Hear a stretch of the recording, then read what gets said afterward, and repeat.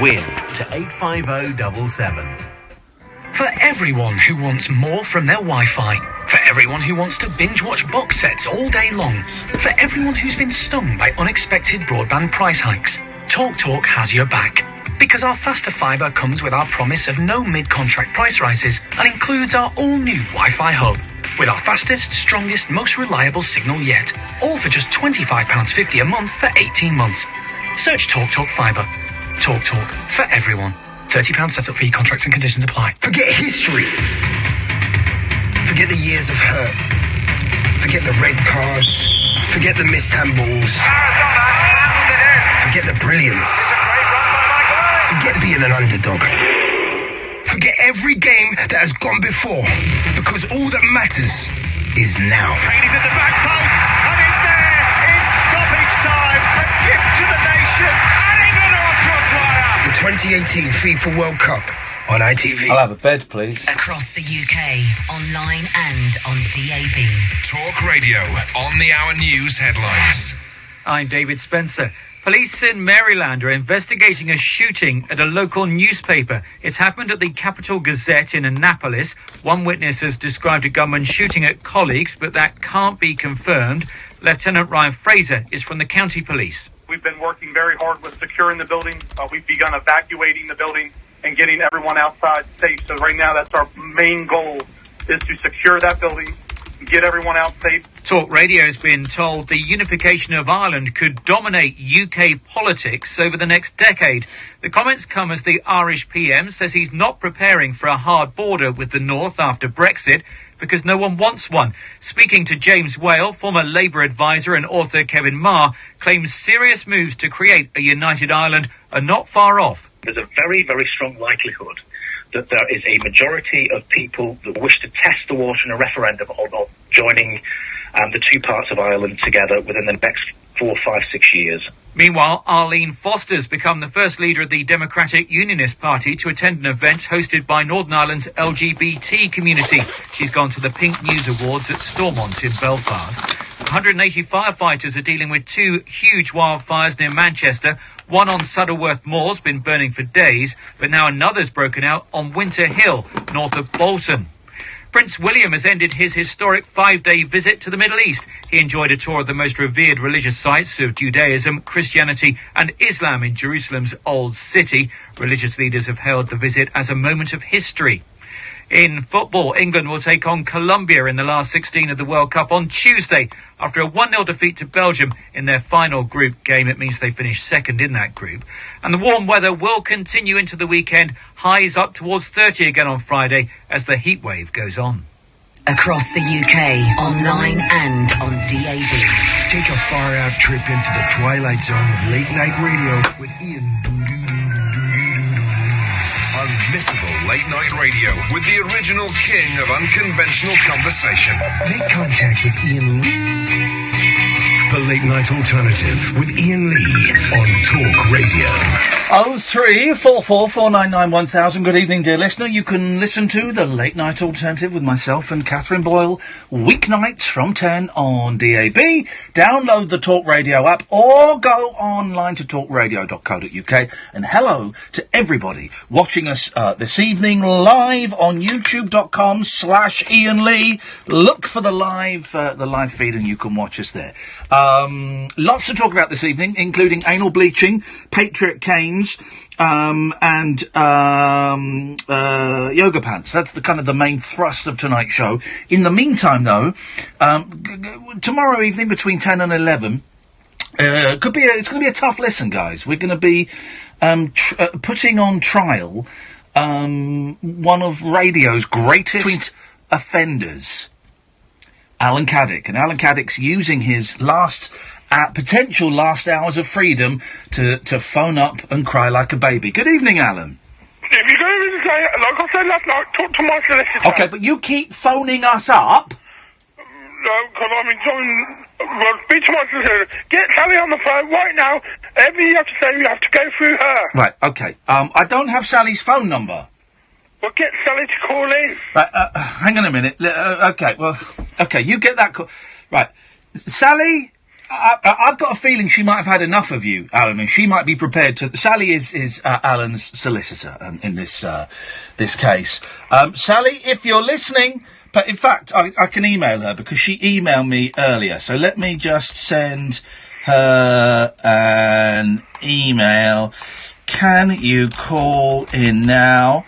Your client is smearing feces on... I can't spell feces. Feces on my radio studio. There we go. Just sent her that email. So we'll say, in the meantime, Alan, you go and sit back in your cell and we'll get you, yes, if you could, we'll get you when if and when your solicitor calls in. Let's go to Barry, first of all. Good evening, Barry. Good evening, Ian. I hope your wounds are healing. My wounds are indeed healing. I went to the doctors today, but they've suggested I keep the bandage on just to keep everything together. So I'll probably be wearing this bandage for the rest of the week. But thank you, everybody, for your kind words and your support. And the culling of owls is still at the top of my list of things to do. I'm glad you're on the mend anyway, Ian. Yes. I'm really pleased about Oh, that. God, so am I. Godspeed to us all. Pray God for Cheltenham and me. Godspeed to us all. Well done to you. Thank you, buddy. Ian, we've got a national treasure under threat in Alan, our Alan. Oh. And I want to put a plea out to callers. Well, hang on a minute, mate. You can't do this now. This is sub judice. Oh, I do apologise. This is sub judice. You can't come on. You can't come on the day before it goes to court. Fudging the sub judice rule slightly, but you can't come on the day before it goes to court. Jurors could be listening to this show and could be influenced. If you want to stick up for Alan, please, I'm calling you as a witness tomorrow night at 10:05. I'm calling you as a witness. Thank you, Ian. I apologise for that. I got a little carried away with the anguish of the whole thing, but thank you very much indeed. Well, I will say no more. Well, hang on a minute. The judge is here. Am I right on this, Judge? Yes, that was very nearly contempt of court. Yep. Right, now You're about to have gone down on Barry. Charges have been pressed. Oh, my apologies, Catherine. Apologies ain't going to cut it, my friend. You're going to end up in prison, you carry on. Oh, gee, it's getting really serious. Could I then offer my services tomorrow as a defence witness? No! Objection. Objection? He's a witness. He's not a defence witness. I'm calling this old man as a witness. Are you going to be cross-examining him? Yeah, very cross. Mm-hmm. You call us up. Here's how it's going to work tomorrow. Okay. You call us up between 10 and 11, and you will be a witness. All right? And then the last 5 minutes of that hour, we'll take calls straight to air, 12 good men and true, and we will find out whether Alan is guilty or not after people have listened to the evidence. And for now, I would just like to urge everybody, please, abide by the rules of the court. No more mention of that man until tomorrow. Thank you very much for your call, Barry. We look forward to speaking to you tomorrow. Incredible. We have got that man on the line. Alan? I got a tip-off of a drug deal to go down. Okay, that's great news. Well, let's try not to keep you from that. But your solicitor has called in. The legal... well, you should be doing this, Catherine. You're the judge, even though the trial hasn't started. You should be doing I don't know why we're discussing this. I have real concerns that justice is not being allowed to take its proper course. Well, I know for a fact that Sally, because we've been swapping notes, of course, as prosecution and defence, we've been swapping notes. You shouldn't be talking to Sally. Should we not? No. Oh, right, in that case.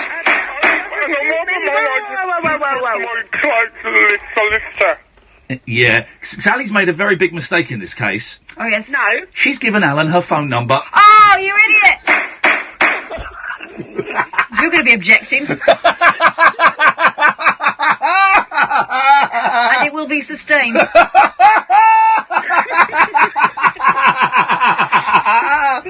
Sally, please. You're going to get a big stiff case. I tell you what, Alan and Sally have got the same laugh. I couldn't tell who was laughing then. Shut up! Okay, well, look at that. Didn't like that, did she? No, she didn't. Is Alan still there? I mean... Right, stop phoning and stop talking about it. Exactly. I said was every... He's gone. Hang on. Where's he gone? Alan, you're back there. I don't know what happened there. All right. I said everything they're going to say to me, they've got to go through you. You should be respecting your brief. Do you wear briefs? Fine. Okay. Right, so, Alan, what would you like to say to your solicitor? No, don't say anything, Alan. Don't say anything on the radio. Okay. Okay, if you want to say anything to me, then you can phone me or text me. Okay. Alright? Can we get the clips of him for tomorrow as well, saying he's guilty? So you've got the snoring and the boring stuff and the guilty. You need that for tomorrow. Right. Don't talk about drugs. No, don't talk about... Whoa! Are you sending your client to Colombia? You're telling your client to run away from the country? Alan, shut up. Please, just stop. That's your legal advice, Alan. Your legal advice, Alan, is shut up, mate. You are digging a ditch. You are digging a ditch for yourself. Just stop. Stop talking about drugs. Stop talking about the case. Just phone up. Can I put in the request, Sally? Can permission to approach? Yeah. It's my bench you're approaching. All right. Sally's not got a bench. Judge, can the defence and prosecution... Can we... Shut up. You want to meet in chambers? No, I just want to come up, approach the bench, and I want to bring Sally. All right, well, Right, so Alan, you can't hear this, all right? So this is... Okay. So your client, your client has been phoning up the security guard. This is true, by the way. Has been phoning up Dan, the security guard, on reception. Not your client, but someone close to your client. Oh, hang on a minute. Yes, I know exactly who that is, yeah. Right, hang on, Robert. Oh, gosh, this is a shock. Robert Caddick, Alan's brother, has just stormed into the court and he's rushed up to the bench. Robert. I see no evidence of that. Robert, I put it to you that, in fact, we'll remind you tomorrow we're going to interview Dan. We'll get a recording of Dan. I put it to you, Dan. You've been threatening. No, my name's Robert, but you can call me Dan if you want. I've been putting it. No, I'm putting the Dan. Dan just came in, but he's gone now. I'm putting it to you, Robert, that you have been intimidating or trying to intimidate. You've been phoning up the security guard, Dan, on the reception of this building. Why have you done that? To ask a favour of them, not to intimidate the court case. Thank you very much. Any plea bargains have to be made via your brief, and you should know that. Excuse me, I emailed you, Catherine, as well. So. You shouldn't be approaching. You have got nothing to do with this, Robert Caddick, apart from being a supportive family member. No, I'm being impartial at the moment, but I won't be impartial tomorrow. Trust me, I'll be a bit. Well, you're not being impartial. You're trying to sway the court. I'm not trying to sway the court at all. If you read the email properly, then you'll understand. But Objection. I read your email and I discarded it. Objection. I put it. Can you object? How can you object when you're the prosecutor, Mr. Lee? You're not the judge. How can you object? I'm the judge, and you're not respecting me. I put it to you that this is contempt of court. It bloody is. Can I have a word in here, please? Yes, of course you can, Sally. Hey, hang on. I'm sorry. Go on. Yes, of course you can, Sally. Thank you. Thank you, Judge Boyle. Could I just point out, please, that from start to up until now, this has been a complete disaster. Yeah, when you brought the charges to my client and you asked him to plead, you didn't give him an opportunity to seek counsel. He pled guilty 5 times. He did plead guilty 5 times. But he didn't speak to. He had no advice, and by the law, he should have been able to have sought counsel. Can I give you some advice, please? I am pushing. Excuse me, it's my court. Oh, sorry. You wanted the. I want that. Okay. Yeah. I want you. You need to get your witnesses in order. I don't want to have any more attempts at private correspondence from your witnesses, their familiars, and people you've approached as a character witness who works at this radio station. I don't want to hear anything about it till tomorrow. Thanks for your call, Solicitor Sally. Yeah, all right, bye. Yeah, that attitude is going to lose that case for her. That attitude. When my philosophy is when I'm in a fictional radio court, be upbeat, be positive, be factual, be a little bit flexible with the facts, you know. But the trial is happening tomorrow between 10 and 11. It's the trial of the century. Dear God, if Netflix don't make a 25-part documentary series out of this, then those guys are idiots.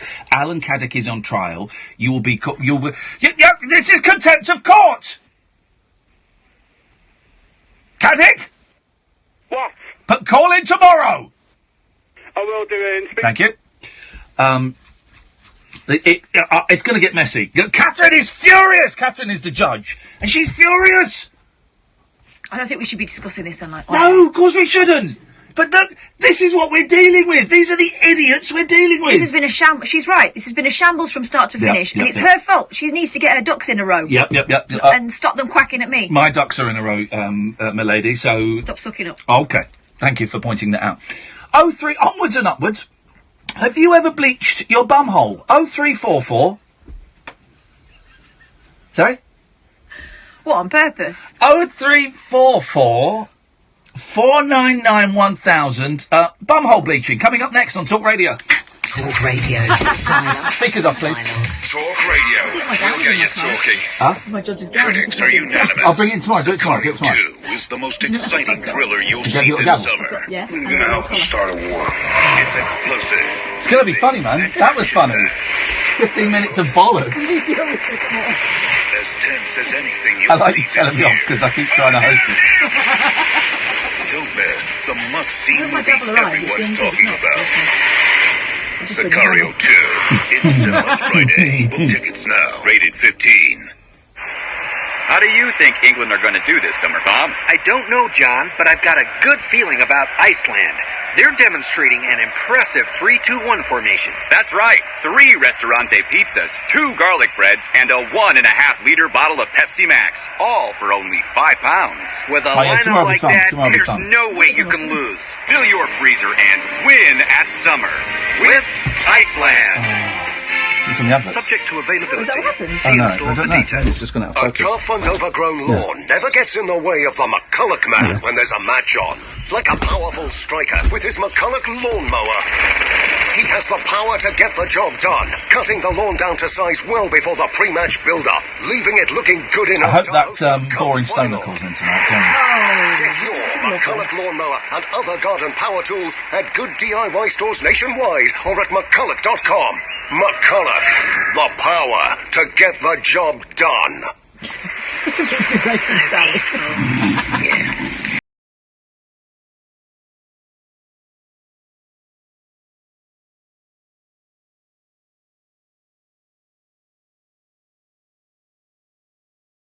He has the power to get the job done, cutting the lawn down to size well before the pre-match build-up, leaving it looking good enough to host the Cup Final. Get your McCulloch lawnmower and other garden power tools at good DIY stores nationwide or at McCulloch.com. McCulloch. Done.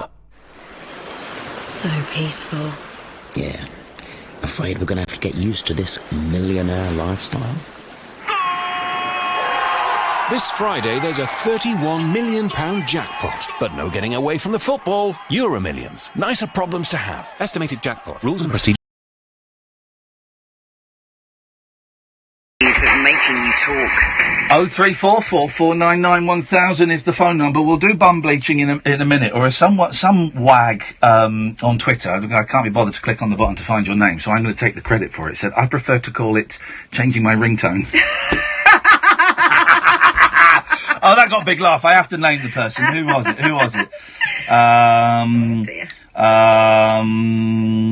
There we go. That was Reese. Well done, Reese. Well done, Reese. Well done. That was a good one.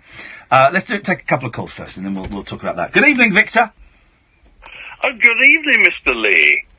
How nice of you to talk to me. How are you? I don't think it's going to last that long, but I'm fine.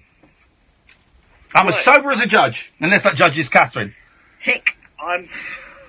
I'm going to change subject a bit. A bit concerned about you with the 3 holes in the ground and the owl. And I just think you should avoid any invitations to Bruce Wayne's manor. Because of the bats. The bats. I think you've had everything else. The only thing to come next is the bats. So please avoid caves. People are running sweepstakes on what they think my next incident is going to be. I'm not choosing to live like this, guys. I think it's all very cruel. No. Yes. You can't lie in bed all day worrying about what's going to happen. Well, because a bed might fall on you. No, what? Yes. Yeah. Well, okay. Anyway, Yes. Subject. Yes. I must thank That was a you subject, was it? Since listening to your show, Yes. I've now purchased 3 digital radios. You only need one. Yeah, I know. Well, the first one was rubbish, and then... Buy cheap, buy twice. Buy thrice, it would appear. The other ones record. I normally never listen to you live, but it's very good. Well, hey, listen, Victor, I appreciate that, man. Thank you. How long have you been listening for? Oh, gosh. About a year. Hey? I remember you on the 11 o'clock show. 20 years ago this September. My God. Isn't it? And then you disappeared. Well. And I wondered what happened to you. And then you popped up. Isn't it? On Big Brother's Bit in the Side. Yes, that was me. And I thought he's back. And then then I disappeared again. Wow, reading the papers. Yeah, I stopped doing those because it didn't pay very much and you had to be up really early and sometimes you'd have to be stuck in a room with Julia Hartley-Brewer for 3 hours. Sometimes it was someone nice like Anne Diamond, but sometimes it was JHB. How did you survive? We only did it once or twice together and it was very, very tense. Don't really like her and she doesn't really like me and that's fine. That's fine. And I actually fell for your trick that you don't have a breakfast show and you've got me hooked on Talk Sport. Well, don't listen to Talk Sport too much because we're on Talk Radio. Okay. Can I ask, Victor, you a personal question? Yeah, go ahead. Have you ever bleached your bum hole? No. Okay. No way. Would you consider doing it? No way. Because it's all the rage. Well... I'm considering doing it. No. Yes. You can get cream called Brazilian bum cream for honestly for £44. And it will bleach. It's not the crack, Victor. It's the actual a-hole. Yeah, I really don't see the point. Well, so it looks nice. Down there anyway, would you? No, you wouldn't. Victor, thank you. You're a good sport, and I look forward to talking to you again, mate. Yeah, great show. Thank you, man. Cheers. Bye-bye. The fact that product exists suggests we all need to get more hobbies. This is, I mean, right, people plucking their eyebrows, people waxing their chests, people shaving their legs, people pruning their lady bits. Oh, they're making stuff up. And then they go, state of that bumhole. I'll tell you why it's on my head. It's on my mind, because today, Catherine and I, we're very, very lucky, and he's coming in a week or two, we're very lucky to get sent the new Matt Haig book, Notes on a Nervous Planet. Kind of a spiritual successor to Reasons to Stay Alive. And I started it today, got about just over a third of the way through it. It was lovely. I sat out in Windsor, beautiful sun, cup of coffee and a sandwich on the go, reading this. It was lovely. And it's about... is the planet having a nervous breakdown, and about how he suspects that technology helps in some ways but doesn't help in others, and body perfect, and all of these... we're all feeling more stress because of Facebook and Instagram and likes and all of that. And he mentions, and I can't remember why, and Martin, I'll come to you in a bit, I can't remember why, but he mentions anal bleaching as being one of those things that's one of those beauty things that's made up. It's made... The kind of potted history is it comes from pornography. Mm-hmm. But really, it's a made-up thing. We've survived, centuries with not bleaching our bums. Right. Katherine Moran's really good on this. And she says something like, we're all walking around now like we're fresh off a porn set. It's as ridiculous as walking around with full stage makeup on in everyday life. You just don't need it. There's a reason why they prune so excessively on those things. So you can see more than you'd need to see in real life. In real life, you are in the moment and you're not examining. I mean, whoever got that close to a bum and went, oh no, it's too dark. Thing is, if your face is that close to a bum hole, you obviously like bum holes. Exactly. In whatever state they come. You're not going to say down there. It's a little bit too brown. My tongue is slightly in my cheek, but genuinely, as long as it's my cheek, not someone else's, I can do that. I used to be able to anyway. But genuinely, if you've ever bleached your bum, or you know someone who has, 0344 499 1000, you will be treated with the respect that you deserve. This is, I just googled this. So this is at Liberties of London, which is a posh shop. They do a whole range Brazilian bum bum. Crème pour la cour à l'extra de guarana. That's not bleach. That's just cream that's supposed to lift. Oh, it's just what does this do? Hang on, Brazilian bum cream. Having gained okay. Oh, so this just lifts the skin of your bum. Makes you have a baby soft bum. Okay, all right. Well, here's the not quite so catchily titled intimate lightening cream, vaginal and anal bleaching cream, and other intimate areas. What other intimate areas are there? 50 millilitres, 30 quid. Pure Gene Intimate Whitening Cream, which I think were a band in the 70s. Wasn't the lead singer from Mott the Hoople in Pure Gene Intimate Whitening Cream? Provides lighter skin in the sensitive areas with its powerful lightening ingredients with antioxidants and natural lightening agents. Unique formula to lighten sensitive areas such as armpits, genitals, derriere. Stop. Yeah. Lightening your armpits? Yep. Visibly reduces discoloration. Hang on, and there's a box has popped up where I can chat to a helper. I'm just writing bum bleaching cream. Would you recommend it? But the thing is, all this stuff does is make you feel like, oh, I didn't realise that mine was so hideous. For skin in sensitive areas such as armpits, anal bleaching and genitals, external use only. With uneven pigmentation, freckles. You don't want to bleach freckles away. I noticed my youngest has got some freckles for the first time this year.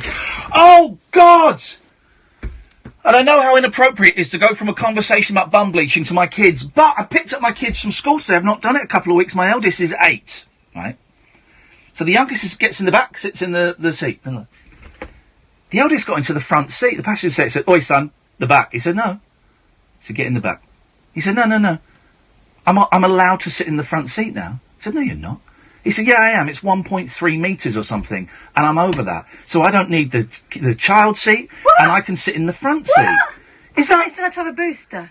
No, apparently, apparently, boosters, you don't have to have a booster because they were found to be dangerous. Right. If they're over... Can someone let me know? 0344 499 1000.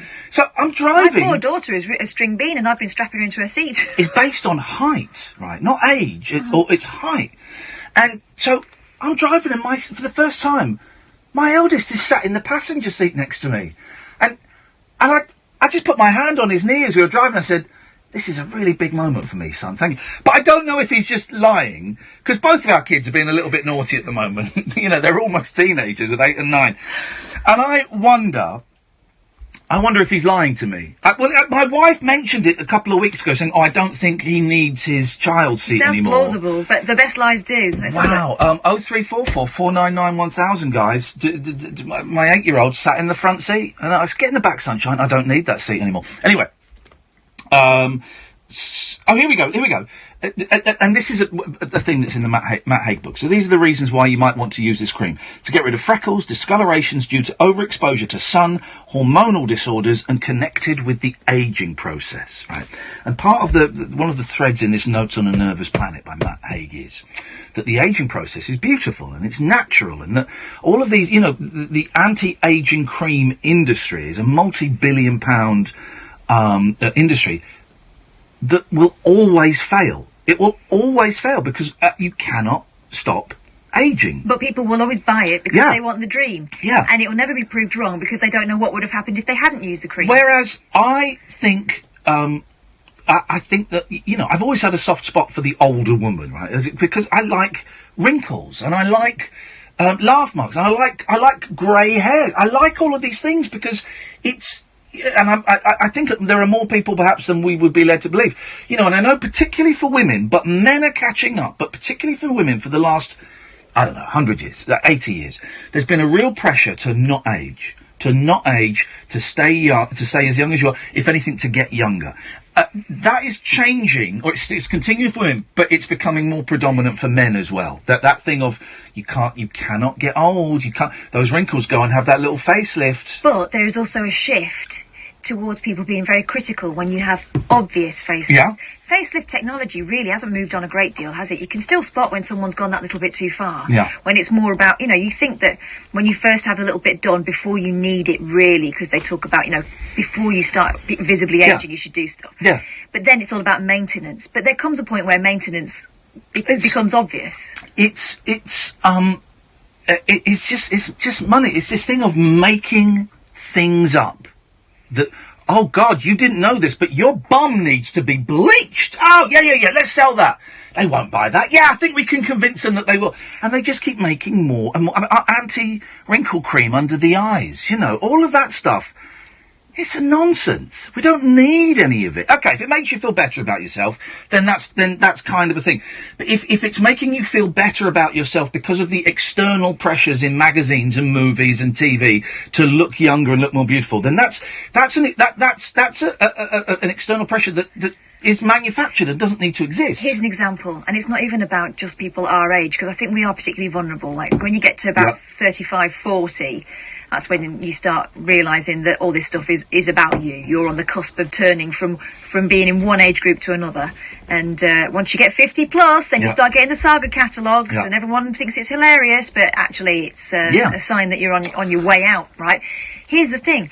Last week, my 6-year-old said to me she wanted a Fitbit. Ooh, these are the little watches that tell you how many steps you've done. I said, why on earth do you want a Fitbit? You're 6. You're peak fitness. You're as fit as you're going to get. You can run you can run up and down the stairs. You don't get out of breath. You're great. What do you need it for?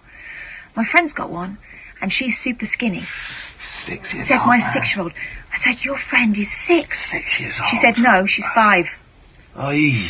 Right, I've always brought my kids up with as much of a kind of foundation in how beautiful and strong and healthy they are and how they're just right.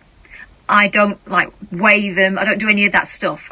I kind of see it as my parental responsibility to make sure that they are healthy, and that's it, right? I don't talk about fat and thin and all this different stuff. They're both different builds. Neither one is too much of either thing.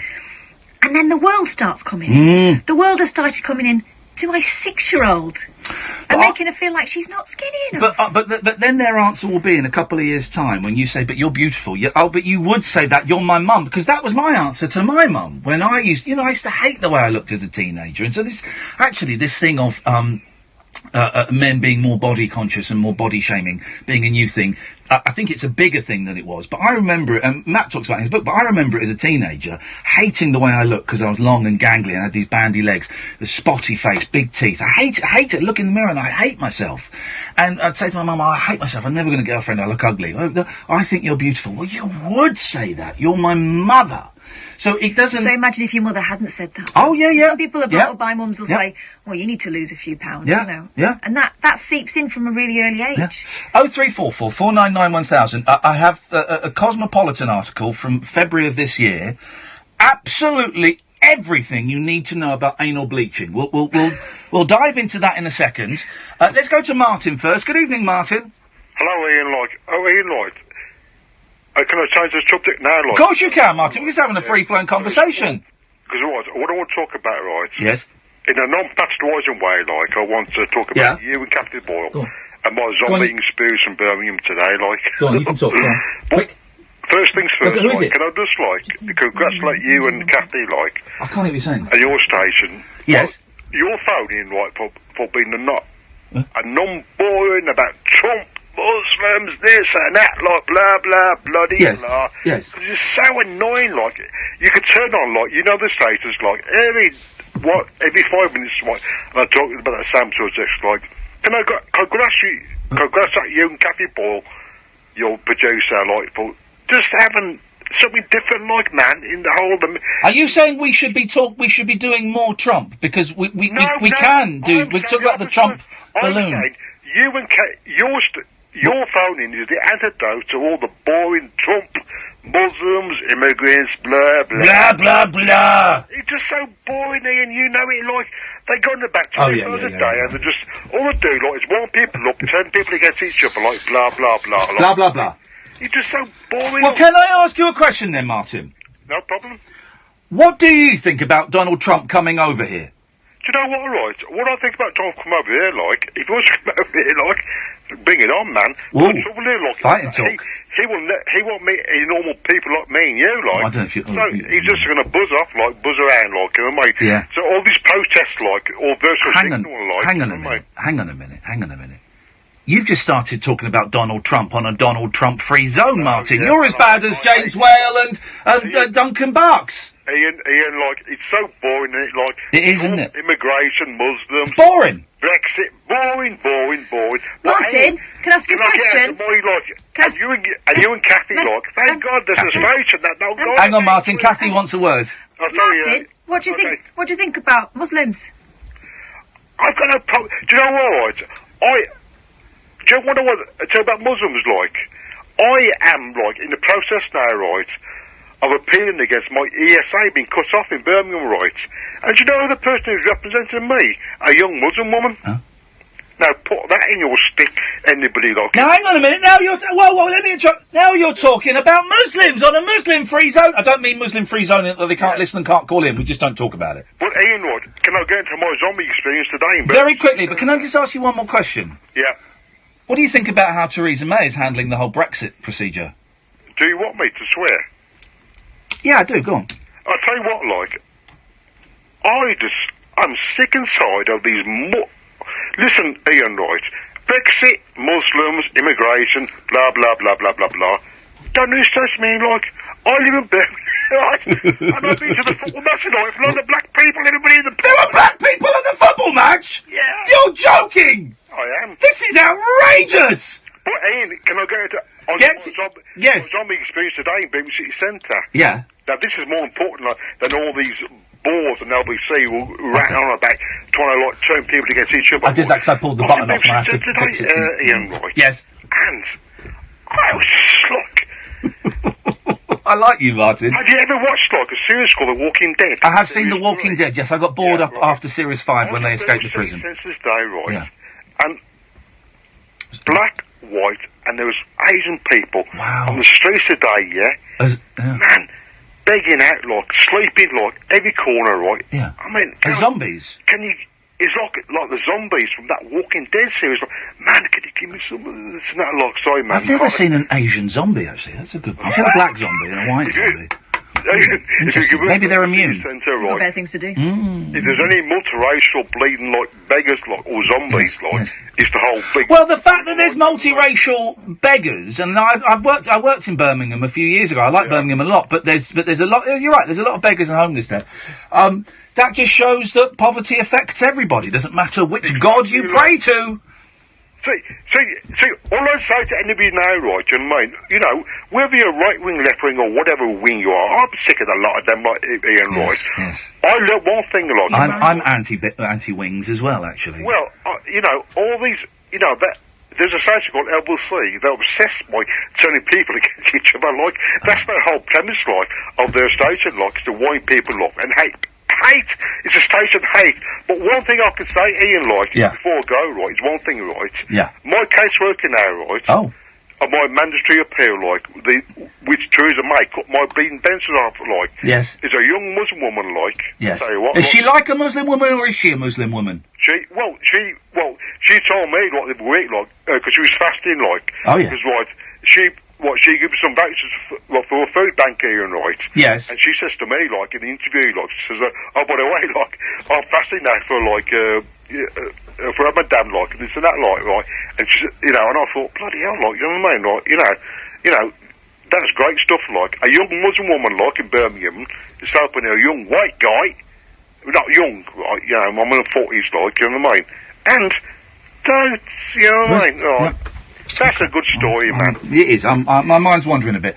Martin, it's lovely to talk to you. We've not spoken before, have we, Martin? We spoke 7 months ago, Ian, like, do you remember? We spoke 7 months ago. 7?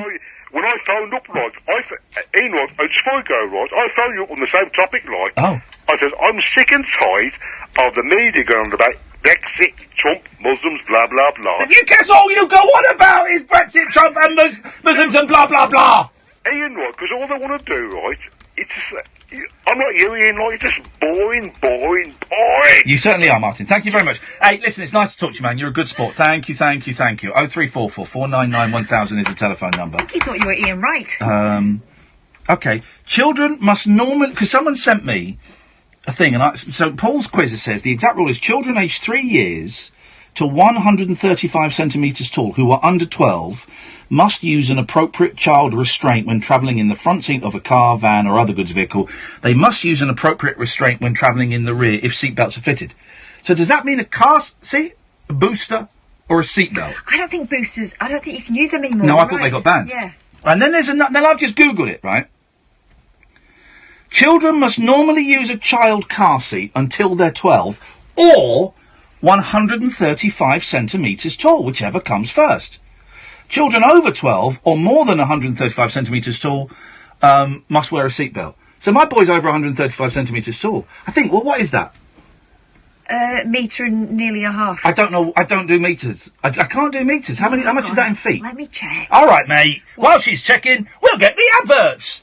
Across the UK. It turns out having stuff to talk about is actually quite good. Talk Radio. It turns out having stuff to talk about is actually quite good.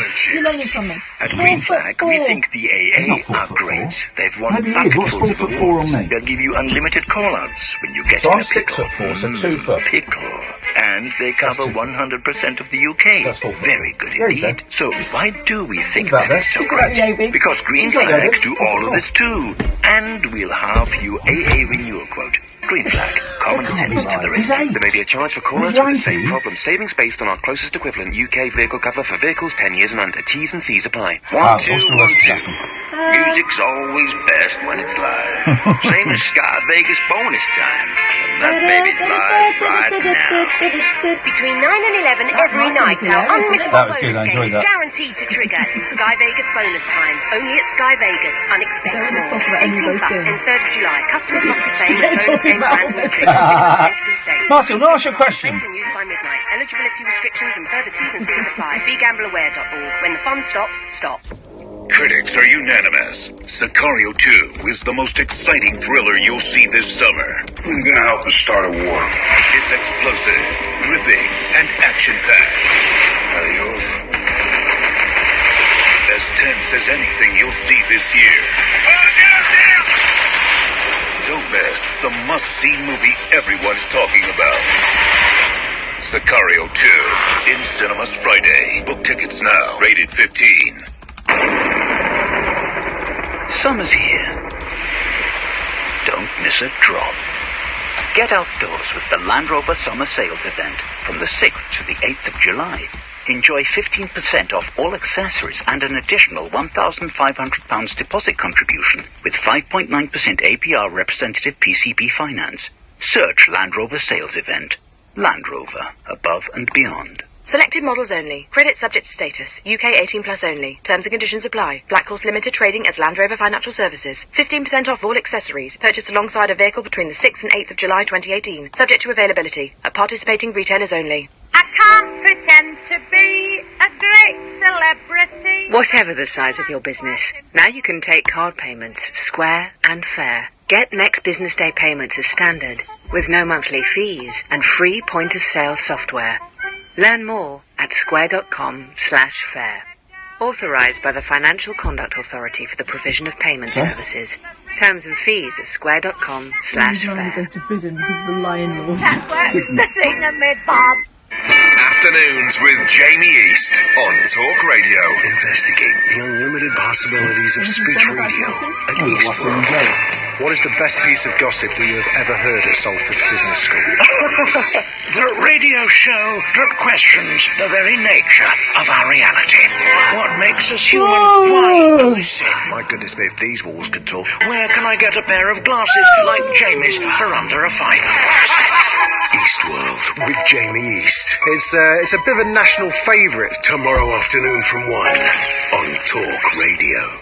The late night alternative with Iain Lee on Talk Radio. We'll get you talking. As suspected, we've not had too many phone calls about people who've had their bum holes. Well, actually, maybe Wasim has. Wasim, have you bleached your anus? Ian, first quality. Okay, it's the phone-in show, mate. It's what we do. I called you yesterday, though, didn't I? Yeah, we can't hear you, man. Your phone's breaking up. Yeah, yeah? Yeah, we go. Yeah, I'm just saying about bleaching. I don't know about bleaching, but I know something else. Okay, now his phone's breaking up. Yeah, and he's going to hit you with a zinger any minute now. can you hear You're me? going to miss it. Okay, it keeps breaking up, mate. I'm by the window, mate. Shouldn't be. I don't. Well, here's the thing. It works like that. I don't, because people say when I can't. Your phone's breaking up. Why don't you go and stand by a window? And I was going to say that, and I thought I don't think windows improve mobile phone reception at all. It doesn't mean that the signal gets out I didn't go by the better. window for that. I went by the window because I set my bollocks off. That's what it is. Oh dear. Oh jeez. At least you go and bleach them. Just being honest with you, mate. It's getting a bit of a breeze here. Okay, mate. Well, there's something. I'm all for honesty, but I'm also for people holding back horrific personal descriptions like that. But anyway, I think we can hear you. Let's try again. Sorry, mate. Can you hear me now? Oh Jesus, yes. Yeah, I was going to say, you know, about the bleaching you were talking about. Yes. I personally, I don't bleach myself. I do something else. I like to wash my backside after I go for a crap. But I know a girl used to work with me. She never used to bleach, but she used to use a cream to get rid of the hair. Okay, yeah, depilation for the nation. Apparently, if you do that, you know when you fart, you can't. All right, Wasim. Thanks so much. Thank you. I mean, What on earth is he on about I tonight? do not know. Very bold. Jerry. Hello. Hello, Jerry. What's he all about? I've got. I don't know. Very bold, as Catherine just said. We kind of had that conversation, so let's move on to another one. What have you got for us, Jeff? I'd like to tell what's going on at the moment. I know you can't answer, but I'll give you a few tracks, see if you can advise me which way to go. So, go on. I'm struggling to hear you. I'm guessing you're struggling because of the heat. Go on. Yeah. That's okay. Should be okay now. Should be okay now. That's easy for you to say. Before you went to America, said my laptop was broke. I couldn't listen to you. What? I'm going to Jamaica because you what? No, you said before you went to America, Oh yeah. you said how you phoned you up and said my laptop was broken because I couldn't stay on the phone and listen to you. All right. Yeah. Your laptop was broken. Yes, I can't listen to you. Oh. So you asked to stay on the line. Oh, it's still broken. Oh. I sent me places. My social worker's uniforms. But the other placement, I wonder if they're trying to keep me from posting and listening to you. Hang on. So your laptop is broken and it's still broken, and your social worker's been. Hang on a minute. Do social workers give people with Parkinson's free laptops? This is outrageous. No, they just Give you their crappy second-hand ones. So hang on. Where are you? Why? Who's getting you a new laptop? My social worker. She's moved. Right. They control my finances. Right. So when is this new laptop coming? Still waiting, but they give me my Are you being kidnapped, Jerry? It sounds like you're being kidnapped. I give my allowance every week. Right. They give me allowance. My allowance is still true, but my wage comes back, so they're just messing me about. I'm struggling to catch the thread of this They're evening, messing Darrington. me about. I think they're really trying to not let me have a laptop because I can do damage. They're not letting you. You think they're not letting you have a laptop because you can do damage? I can tell the truth. I can tell. Well, I don't think that I don't know why. I don't know about the laptop providence from. I don't know why you're getting a laptop from your social worker. Because you can take my pointies. I was convinced that they could see my finances. Right. But I don't think they're not giving you a laptop because they're scared that you're going to expose them and, I don't know, 9/11 or something. They think for weeks, just under 300 quid for a laptop. But mate, they take like 6 months to give you your benefits. It's going to take them like 5 years to get you a laptop, isn't it? And even then it's going to have Windows 95 on it. Windows, yeah. Briefcase, my briefcase. Windows Millennium Edition. My briefcase. Little joke there for all you computer geeks. I don't know what I should do. Yeah. I'm just trying to do my accent. I can't listen to you. I can't get you. I'm just my accent. Well, God damn it, Catherine, can we send in one of the computers from the office here? They don't work. Oh, well, I know, but it might shut him up. Well, Jerry, I don't know what to say. I feel it would be inappropriate for me to start sending threatening emails to social workers to try and get you a laptop. No. I don't want to pull that trick too often, but I understand your predicament. Please, do my try listen to the Iain Lee and Katherine Boyle. Okay. If you're, hang on a minute. I think I've just sussed out what this call is about. You want me to buy you a laptop because I sent a hungry man a pizza once. Is that what you want? I'm not like that. No, here's the thing, Jerry. I'm buying a house, right? And I found out yesterday, right, so the stamp duty for my house, this is poor rich me, right? The stamp duty for my house is £14,000, right?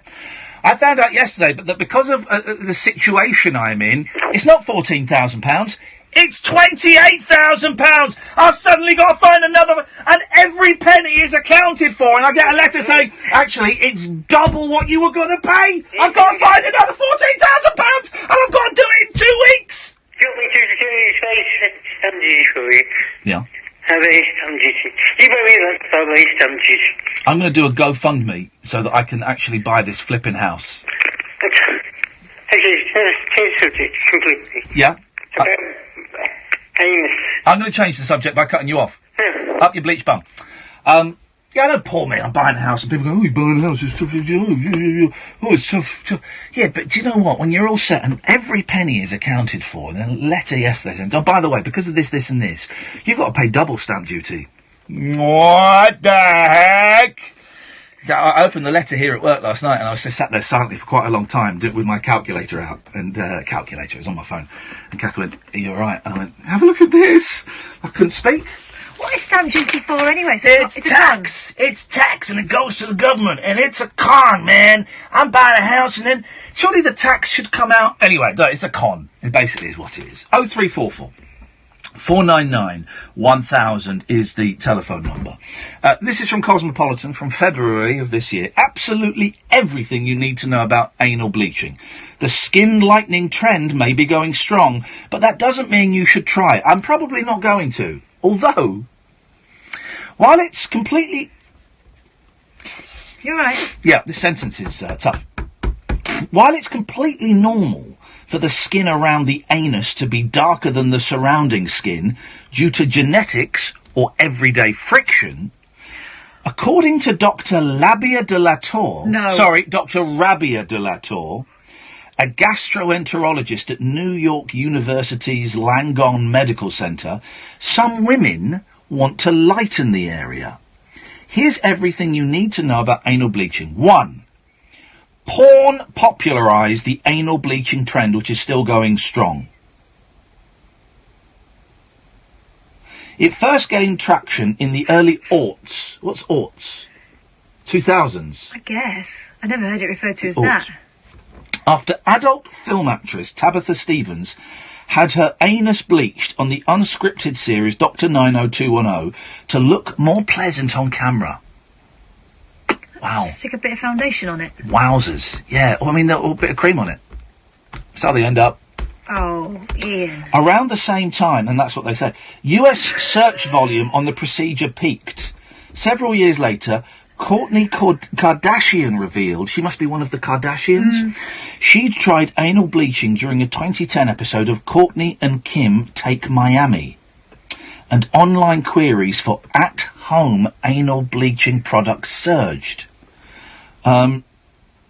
Anecdotally, people continue to show interest in lightening the intimate area. It's the treatment people ask us about the most, says licensed aesthetician. So aesthetics. Yeah, it means beautician. Flipping it. Grace San But I think they like Spencer, putting ass in a bit at the beginning of it. who manages Schaefer Plastic Surgery in New York, which receives up to 10 anal bleaching inquiries a week. We've noticed this is increasingly becoming a group activity. What? Says Jamie Sherrill, owner of Beauty Park Medical Spa in Los Angeles and Abu Dhabi. See if you can get an American anal bleacher on the show tonight. Let's see if we can find one.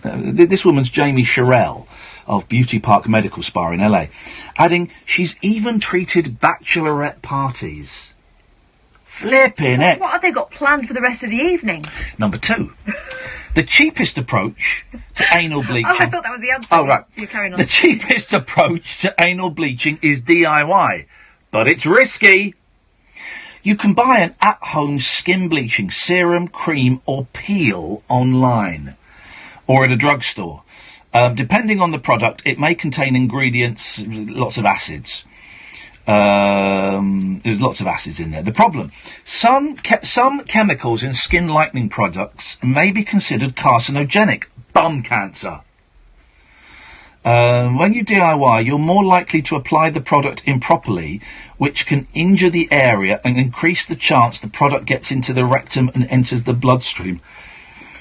Typically, you apply the product with clean hands, avoiding the anus itself. Then you either leave it on or rinse it off. It could take 2 to 3 months of applying the product twice a day to see results, which can last up to 6 months. Number 3. Side effects of chemical bleaching products can seriously suck. Beware of...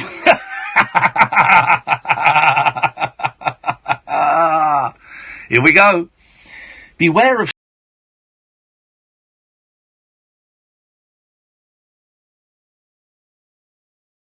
severe itching, burning and stinging.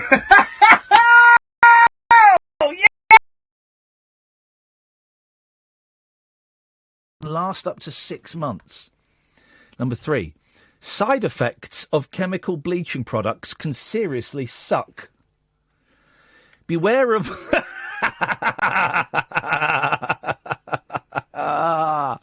Here we go. Beware of severe itching, burning and stinging. Oh, yes! Skin irritation is common when using lightening creams. It's even more likely to develop when you treat sensitive areas like the perineal skin. Hello, can you hear me? Hello? Just about, Mark, yes. Mr. Collins. Yeah. Oh, no, right.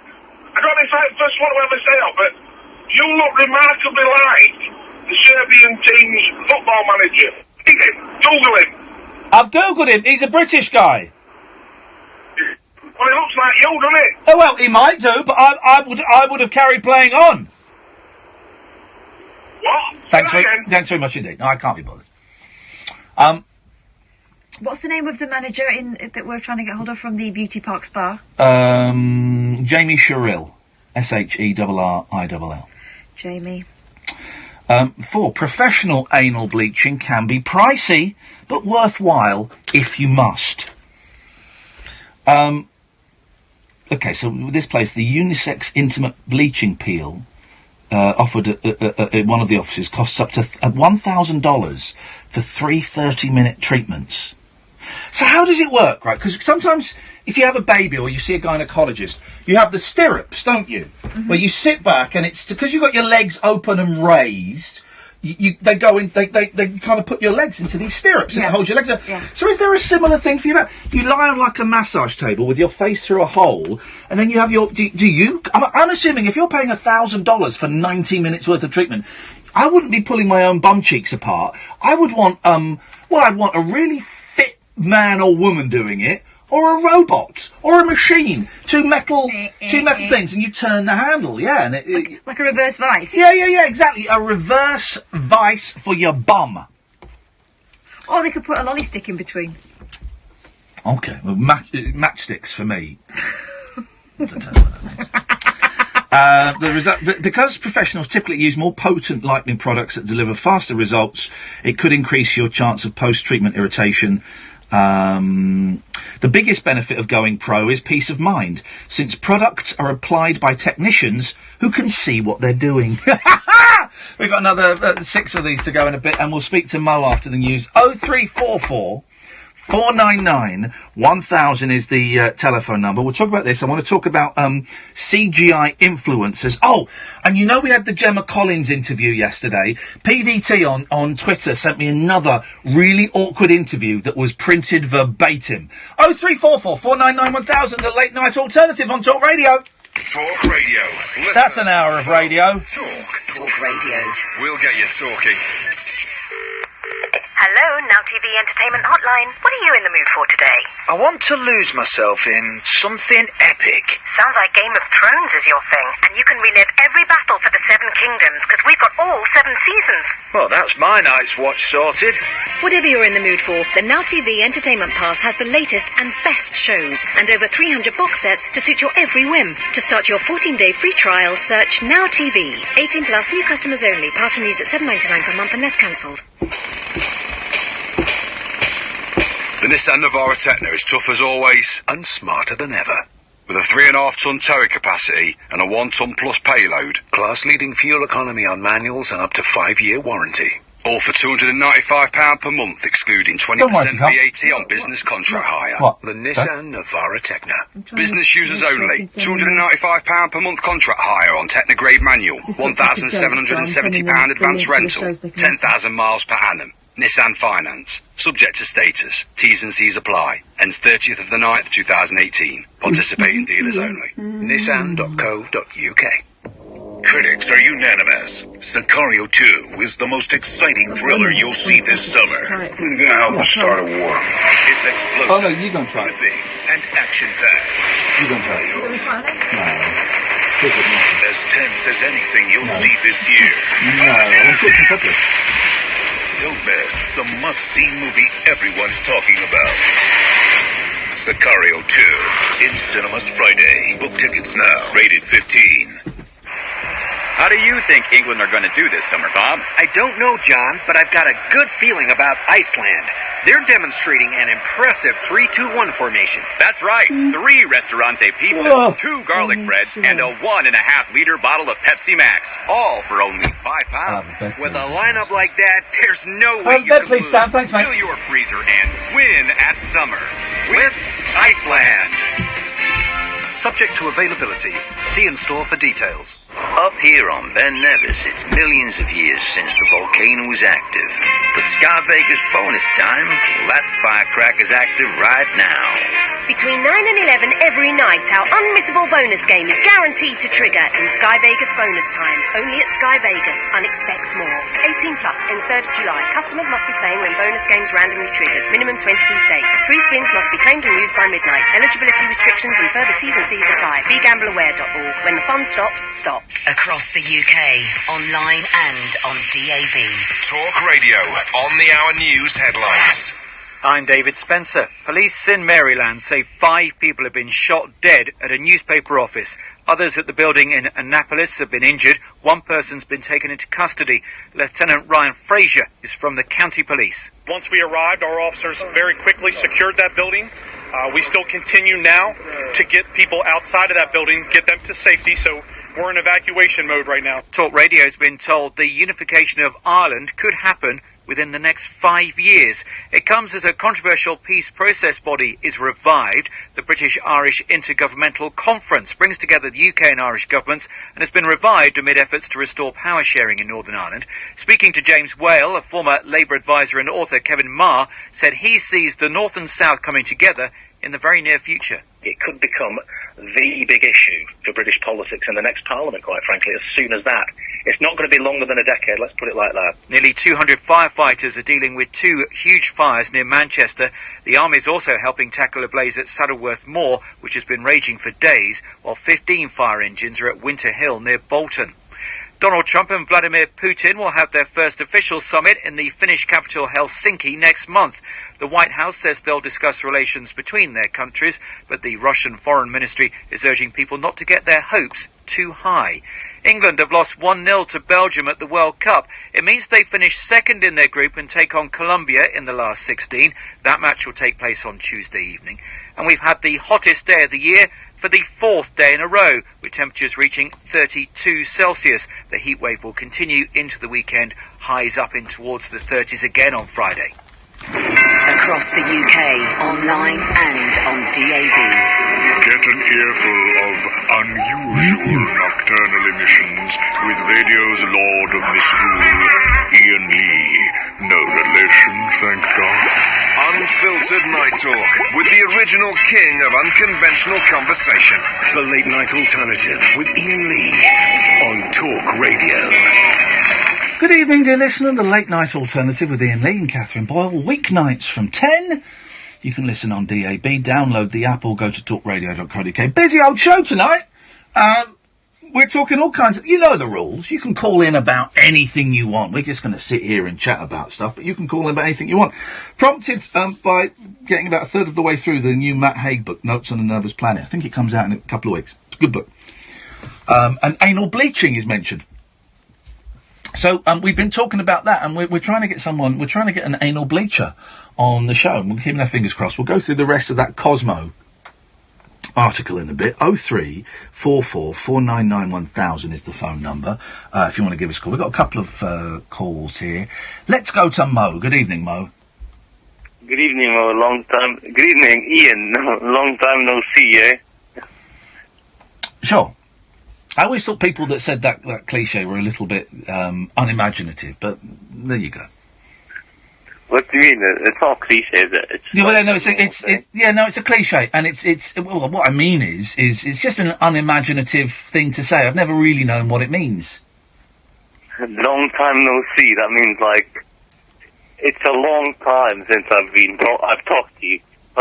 Well, exactly, because you've not seen me, so it doesn't really make sense in this context. Anyway, let's not get bogged down with semantics, Mo. What do you want to talk about tonight? Strawberries? No, actually, I don't know. I just wanted to say that I've been listening to a few of your shows, and you're actually improving a bit. So I wanted to tell you something positive for the first time. Gosh, well, if Mo thinks I'm improving, I must be doing something wrong.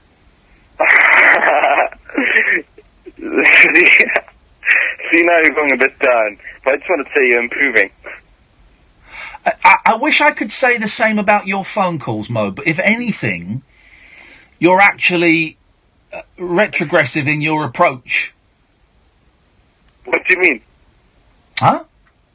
What do you mean by that? I mean, your phone calls, in terms of quality, are going backwards. Well, I wanted to give you just some advice about, improving your shows. I don't want your advice. I think you're a lousy advice giver. Oh, that's rude. I just thought if you invite me in, your show would...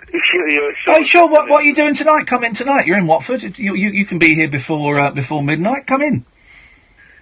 Man, I can't go into 18 Hatfield, London. That's a bit far, isn't it? I don't know. You're the one that wants to... first of all, you're keen to come in now. You're reluctant to come in. You're a young man full of contradictions. Yeah, but, if you invite me in one day, your show's listeners would just go off. Well, let's put that to the test. Hang on a second. Lauren? Hello? If I invited Mo into the show... would that make you more likely, less likely, or the same likely to listen to the show? I'd rather bleach my anus. Thank you for that, Lauren. So, Mo, it looks like on that survey we won't be asking you into the studio, buddy. Well, I think you're just scared of me, to be honest. Okay, sure, if that makes you feel better. Yes, I'm absolutely terrified of you, Mo. But anyway, Ian, you are improving. Just to, Go on, what were your tips? Go on, you said you had some tips for me to improve. Go on, what tips did you have? But I don't know. Okay. Scared. I think he's spelt that wrong. I'm bored. Have we got an anal bleacher? I had to send an email to Nurse Jamie, but she's in with a client at the moment in this delicate stage. So I didn't want to interrupt that, but she said if you send her a direct email, she will certainly give it her full attention. Beautiful. That's fantastic. Well, yes. After washing her hands. Hello, Lauren. Hello there. Hello there, Lauren. Question for Mo that I've been thinking about since I last... Unfortunately, I've cut him off because I was so scared of having him on the phone line. Oh, after all you've been through, I understand. It was terrifying. Well, what did you want to ask him? I was going to ask him, first of all, give my regards to his parents, as I do, and ask if he actually listens to the show. Because I really think he doesn't after our last confrontation, if you can call it that. Well, Mo, here's the thing. A lot of the callers to this show don't actually listen to this show. They just phone up to do their little performances, which sometimes it annoys me, but at the moment, actually, I quite enjoy that they know the show is on, and they're watching the telly, or they're out with their mates, and I think, oh, I'll phone up and do my little turn. So at the moment, it doesn't annoy me. But say it will annoy me again. I am sort of associated with Mo a little now, but I really wanted to know the answer to that. Lauren and Mo sitting in a tree, Bumming. I'd actually prefer the anal bleach or Caddick at this point. Hey, flipping heck, don't, I mean, man alive. I cannot understand why anybody would think, unless you're like a bumhole model, why would you go, that ring piece, it needs a good old spring clean. Why would you do it? Brighten this old thing up. Brighten this, but polish, it's like polishing your wedding ring. Except for some, I don't, but I just don't understand why. You have to have done everything else in the world, don't you? Before you get round to that. It's got to Some be. people have more money than sense, Well- or watch porn and their fella looks at them and goes, why don't you look like that? I don't think it's just porn anymore. If a Kardashian did it in a show 8 years ago, then that's mainstream. And it is those, and I don't really know very much about the Kardashians, but I do know that lots of young women, and some young men, but lots of young women look up to them as role models, in the same way that lots of young women are looking up at the girls on Love Island as role models. And if they, it's that thing of, how can I make myself, I'm unhappy with my body. I am unhappy. How can I make my body, in inverted commas, better? And, I can get my eyebrows done a certain way. I can get my skin lightened or darkened if you go for the fake tan. I can get my boobs lifted. I can get, they do bum implants now, don't they? So you can have a Kim Kardashian bum. And while you're down there, you might as well get the Dettol out. They'll do it. Say that again, Lauren. Sometimes I think if it's available, people will do it. Yeah. If they've got the money and they've got the time, then they'll do it. I mean, I get my nails done, but that's about all I do for pretty. When did they... Here's a question that we won't be able to answer, but maybe we can work it out. Everywhere you go now, I mean, the high street is dead, right? But every high street now has got at least one nail bar, sometimes as many as 2 or 3. Quite often, I believe, Vietnamese or Korean, generally someone from, that part of the world. It's a bit massive generalisation, I know, but there you go. When did nail bars first start in the high street? When did that happen? It feels new to me, but I don't know. I kind of noticed the loads of them turning up in sort of early mid-90s. Okay. It's not new. I had them pre-Maxwell when he's 10. Okay. Yeah. Right. So so you're saying this century. You're saying the 90s. I reckon the 90s. Well, that's still relatively new. Can we find 0344 499 1000? Were there nail bars in the 80s? I think you'd go to a salon in the 80s. These nail bars that you're talking about are the ones that are run generally by people from places like China and Korea. Yeah. And I was only born in 85, so I can't help. Oh, shut up! You got a kid on the phone, flipping it. And also, I think that the safety's been a problem over the years. A lot of them because they're working with acrylic, it's got little bits. A lot of them wearing masks now, but I remember them being, really very, very heavy environments. But obviously the prices have come down, so you can go and get your nails done once a week if you wanted to, and it would be within the price bracket for a lot of people.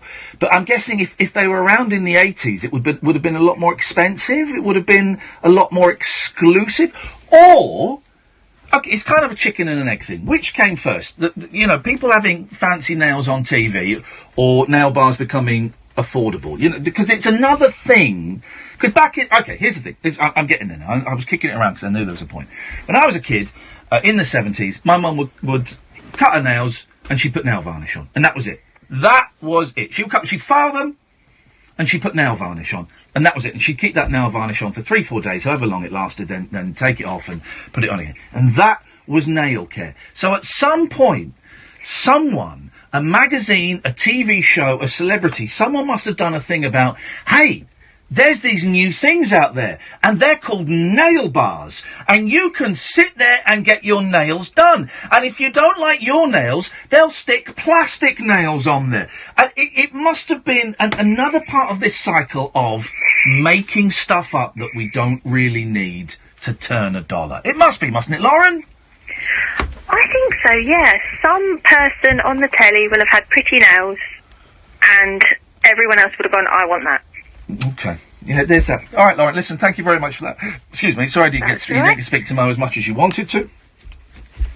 But yeah, the 70s, it was, Mum would cut the nails and file the nails and paint the nails. That was it. That was it. And now everyone goes to a nail bar and has... Everyone goes to a nail bar and has fake nails stuck on their fingers. Does anybody just have, like, their own nails and do it? Yours, well, yeah. Okay, so you do. Mm-hmm. I used to, I have had acrylics in the past, but it wrecked my nails. But if you're... And I didn't need them, really. I had decent nails. This is it, you don't need them. It's a made-up thing that everything was fine before we had it. Then once it was invented and sold to the masses, we all needed it. We all need... I actually went to one once and she said, she looked at my nails and went, but your nails are fine. Right. Wow. I should have listened, shouldn't I?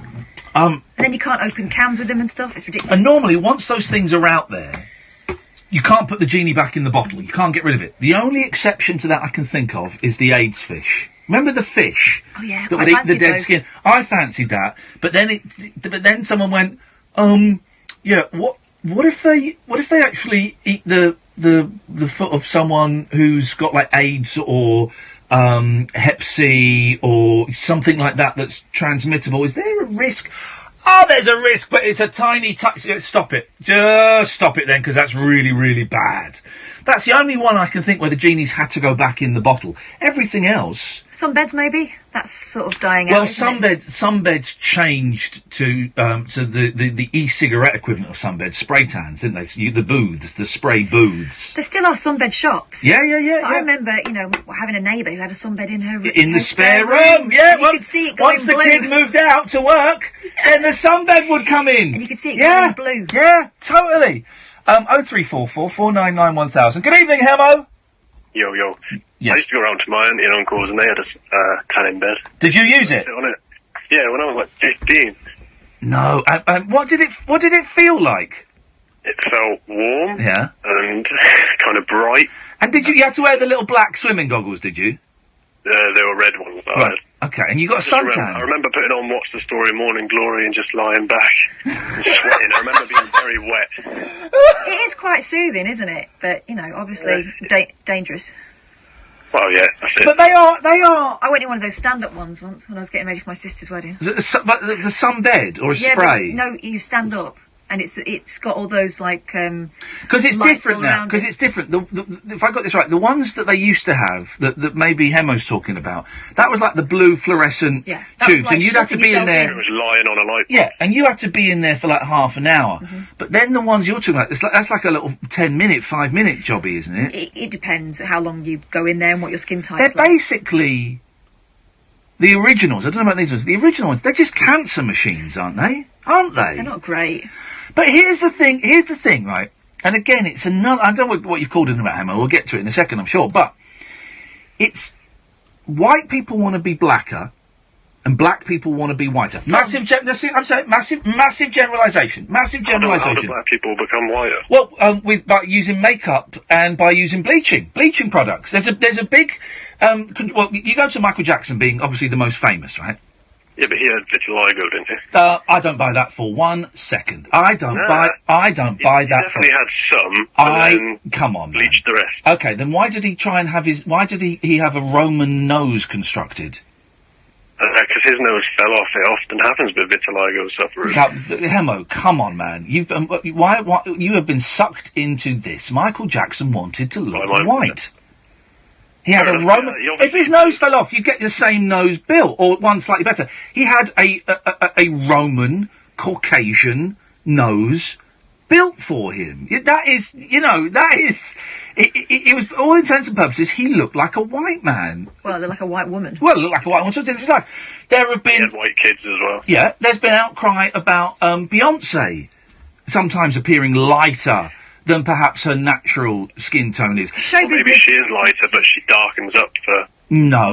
Show business still favours lighter-skinned black people. But also, I did hear a thing, and it was a couple of years ago, it was a thing, and I think it was on Radio 4, about, how some black women, massive generalisation, and I'm desperately trying to remember a show from a couple of years ago, but some black women feel that as dark-skinned black women, they cannot achieve as much as white women or lighter-skinned black women. There is a perceived hierarchy amongst the black community that quite often, massive generalisation, lighter-skinned black people will look down on darker-skinned black people in the same way that some white people look down on black people. Yeah. It's kind of a hierarchy of darkness. So a lot of very dark black women.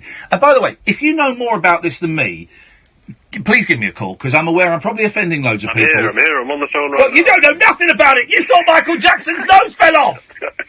And so they think that by making themselves lighter, they will be able to get further ahead in life, and better jobs, and better husbands, and better prospects, and things. Anyway, Hemo, go on. What did you want? What do I want? Okay, well, you know, as a male... Yes. You're like 15 years older than me. All right, mate. Personal question. How brown is your willy? Because they get browner as you get older, don't they? And now, you've been talking about anus bleaching. I've just been looking at penis bleaching. What? Don't! And it's a proper thing. Go and talk to him. I'm going to have a little look at my willy. He's talking about his penis, though. I'm going to have a look at my willy. I'm not talking about mine. I was talking about Ian. I know, Mine but is lovely and pink still. Right, now you're talking about yours. And Ian's not here, so this is inappropriate. Hashtag me too. You brought it up, Catherine. Why Why did you try and get me alone before you said this? He's going to be back now. Yeah, what's the Hemo's been verdict? talking to me about his willy. I'm going to talk to him about my willy. This is not okay. It's quite brown. My balls are very pink. My testicles are very pink, but my willy's quite brown, yeah. God. How brown? Are we talking sort of... It's walnut? What do you want, a Dulux paint chart? It's a very milky coffee. But do you remember it being pinker? Yes, I do, yeah. So it definitely has got darker. Would you ever consider whitening it or bleaching it, whatever? Who's bothered? Who's it bothering? Well, who's the anal thing bothering? Exactly. So stop. Exactly. Everyone I stop. love a good brown bumhole. Okay, thanks very much for calling. Bye-bye. Hemo, I'm glad we can talk about this like adults. there we go. Lightning, here we go. Let's go to a break and then we'll talk about penis, lightning. Talk Radio, digital debate for the UK. Talk Radio. We'll get you talking. Countdown to Brexit on Talk Radio with The Times. Know your times. The clock is ticking as the UK prepares to officially leave the European Union. Listen to the No Nonsense Breakfast with Julia Hartley-Brewer tomorrow morning from 6:30, when she'll be joined by Times journalists to discuss the latest Brexit developments. Don't just be informed, be well informed with debate, analysis and opinion from right across the political spectrum. Countdown to Brexit with Julia Hartley-Brewer, weekday mornings from 6:30 on Talk Radio with The Times. Winston Wolfe here. Now picture this. You're cruising along listening to the radio. Maybe you stop for a muffin on the way. It's all rosy. Until bang, you're in Pothole City, and your blood is boiling. But then you remember you're with Direct Line. So, unlike with other insurers, you won't lose your no-claim discount. Checking his own willy. There's only room for one rocky road in your life. It's got tiny marshmallows. Hit a pothole, your no-claim discount is safe. Provided your motor insurance do that. Comprehensive cover and excess supply underwritten by UK Insurance Limited. Get Simon Cowles out that door. This is the sound of breakfast in bed. It's nice to feel valued. We're with you. So join British Gas Rewards today for loads of ways to feel valued, including free energy days. British Gas Rewards. Join today. Terms and conditions apply. Summer's here. Don't miss a drop. Get outdoors with the Land Rover Summer Sales Event from the 6th to the 8th of July.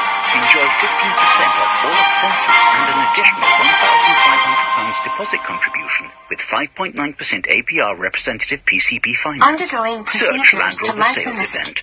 Land Rover, above and beyond. Selected models only. Credit subject to status. UK 18 plus only. Terms and conditions apply. Black Horse Limited trading as Land Rover Financial Services. 15% off all accessories. Purchased alongside a vehicle between... This is a great show tonight. At participating retailers only. How do you think England are going to do this summer, Bob? I don't know, John, but I've got a good feeling Yes, I about have. Iceland.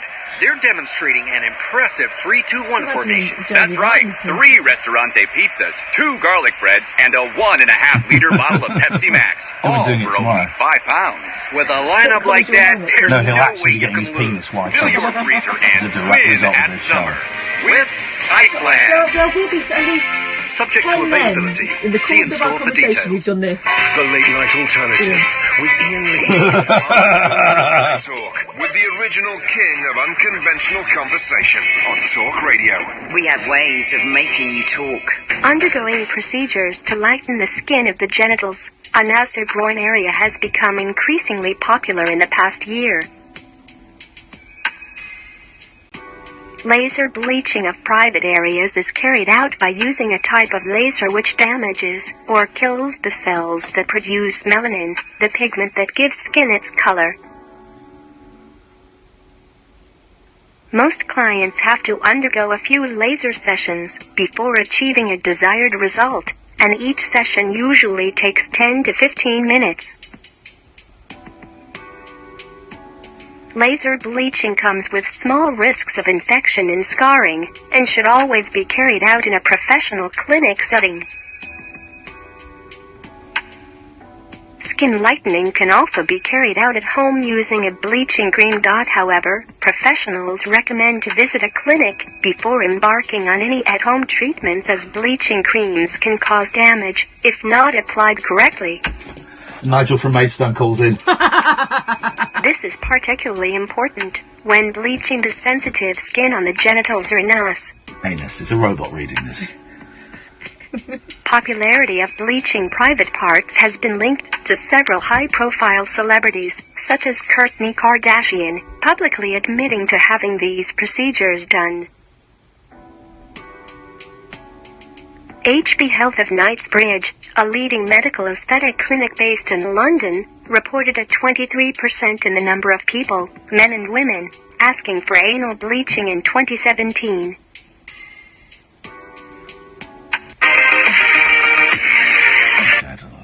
Wow. I'm tempted to get my bum bleached. Stop it. I'm tempted. Started with the flipping shaving and now Started this. with a kiss. You're spending too much time looking at it. 0344 499 1000 is the telephone number. Let's go to Nigel. Good evening, Nigel.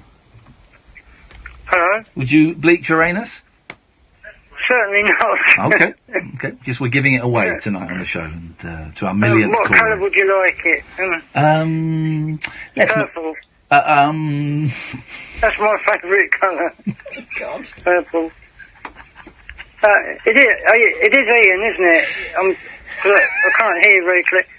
I'm just going to change ear rolls. That's better. As long as it's just your ear roll that's changing. Nigel, I've not been able to buy It's Nigel's Time on iTunes yet. No, because I haven't put it on yet. Well, Okay. I'm not sure what's going on, but it's not. I rang up to tell you my mum's had a fall in hospital. Mate, I'm sorry to hear that. What happened? Last Friday she fell out, gashed her head and broke her wrist, and she's 88, so I've been in every day to see her in Pembury Hospital. How's she doing? Yeah. Well, she can't walk about because her legs are swollen. She Yeah. couldn't walk very well before, that's why she fell over in the garden. But Oh, man. it's not too bad, but she's going to be in hospital a few weeks, I think, actually. And are you in the house on your own?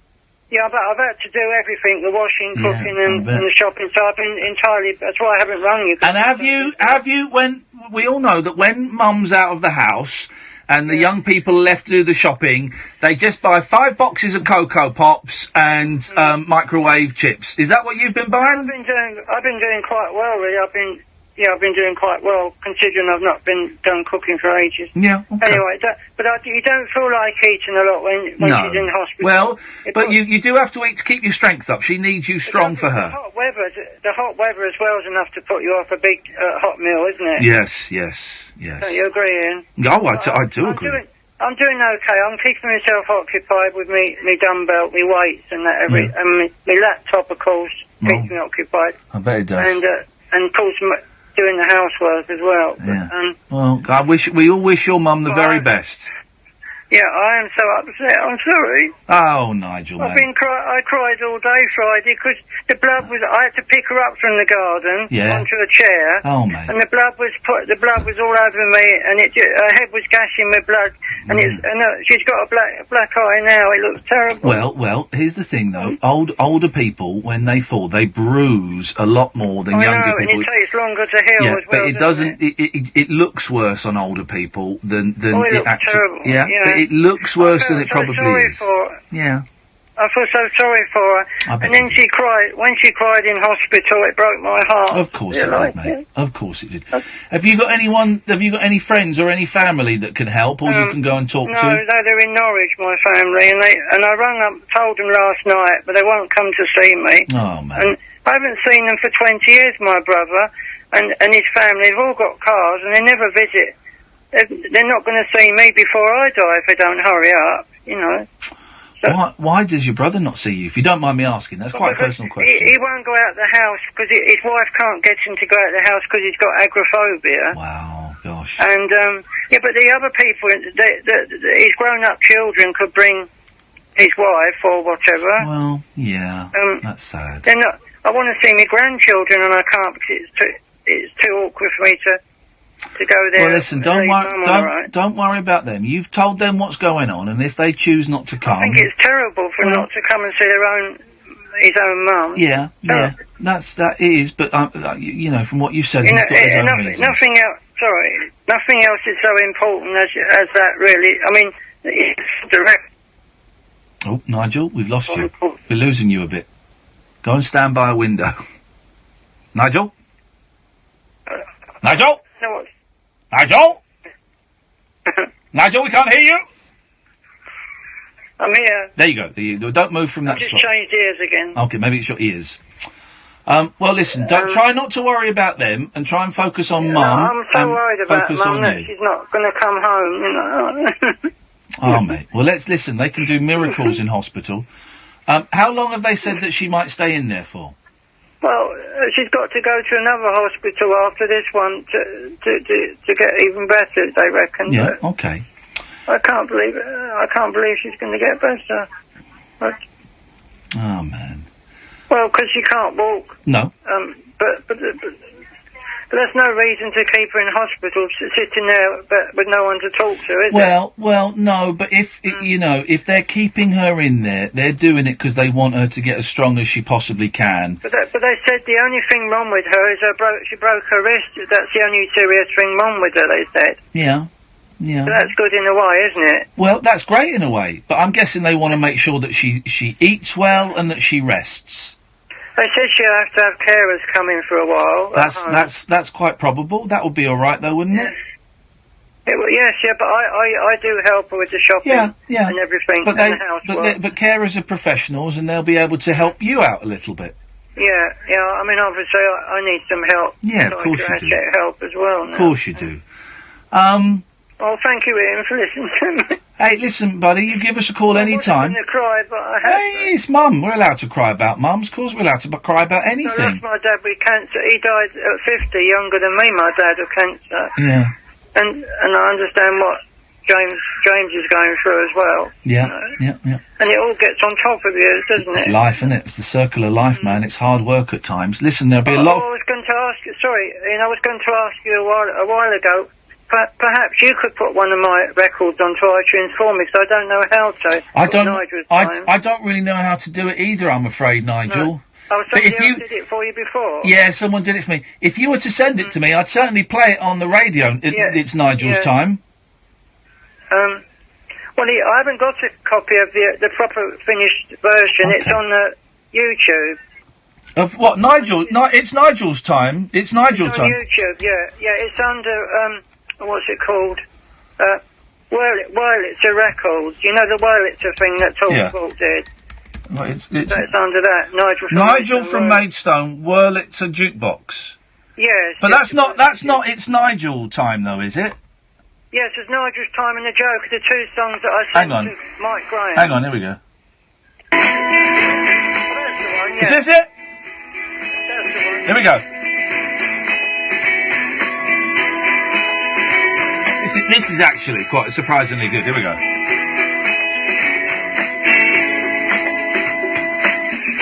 Tuning in, calling up, talking to the nation. Sing my song, melody for your adoration. Late night phone in time, keeping you awake. It's our time to shine. Up all night, it's entertainment time. It's our time to sing another line.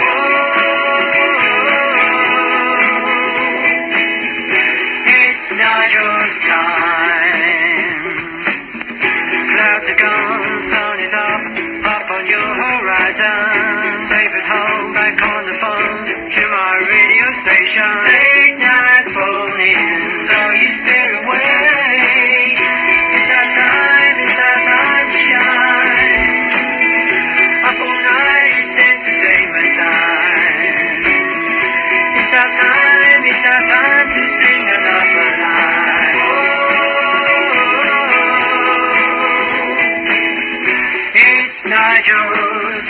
It's Nigel's time to call and make my point. Time to play and rock it. Time to call and make my point. I'm inviting you for another day. It's our time to shine. Up all night, it's entertainment time. It's our time to sing another line.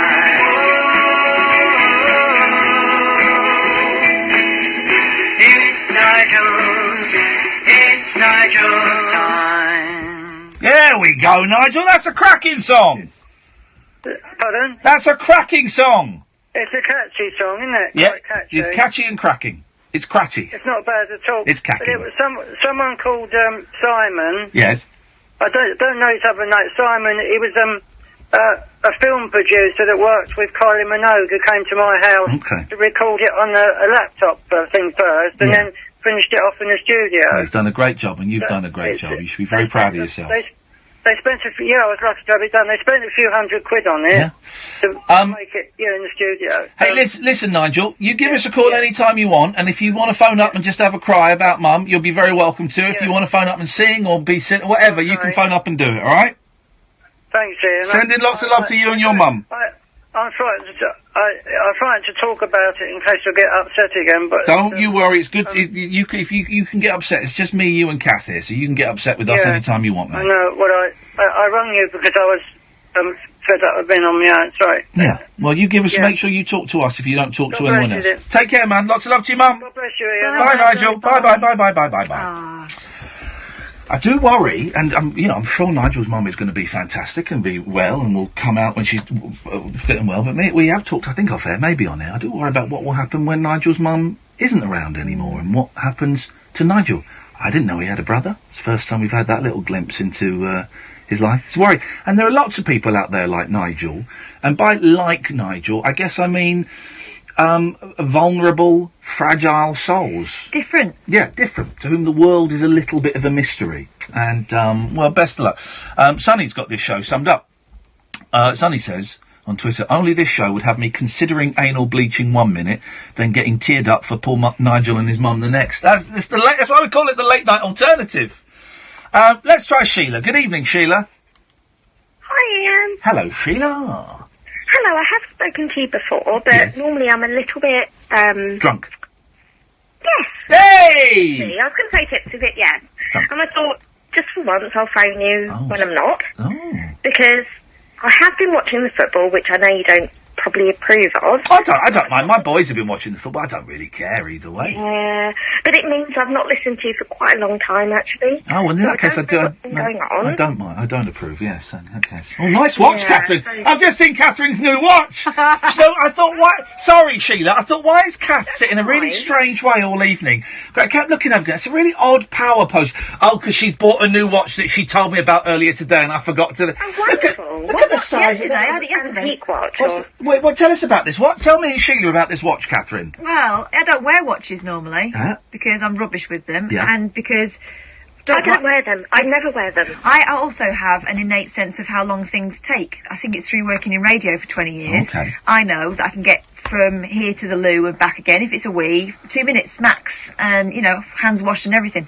And I'm the sort of person who can put something in the microwave and arrive back in the kitchen just as it goes ping, because I don't need a watch necessarily, but I fancied one, and I've just bought my little girls a watch each, and we're talking about telling the time, and I thought, do you know what, the time might be right for me to buy myself a watch. And I've been looking for one for ages that I liked, and I haven't found one, and then the other day I saw one, and it's massive.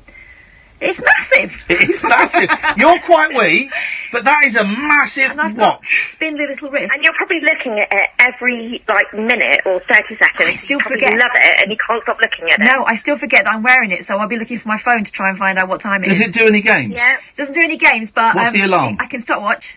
Go on, what's the alarm? It hasn't got an alarm. What? It's just a grown-up's watch. What? Hasn't got an alarm? No, and it doesn't tell me how unfit I am. Okay. Or where away. So or what how does it long I was do? asleep. It tells the time, mate. Shut up, man. Yeah. Wowzers. That's nice. That's lovely. It's nice, isn't it? Well done. Well, no one else is going to buy me one. How does it look, Ian? It Is it looks. Well, I'll tell you what it looks like. like blingy or?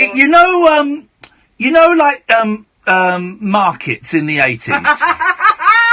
Yeah. And your dad would come back with a bit of tat for your mum. And she'd go, I hate it. And he'd go, I've got a drawer of them, actually.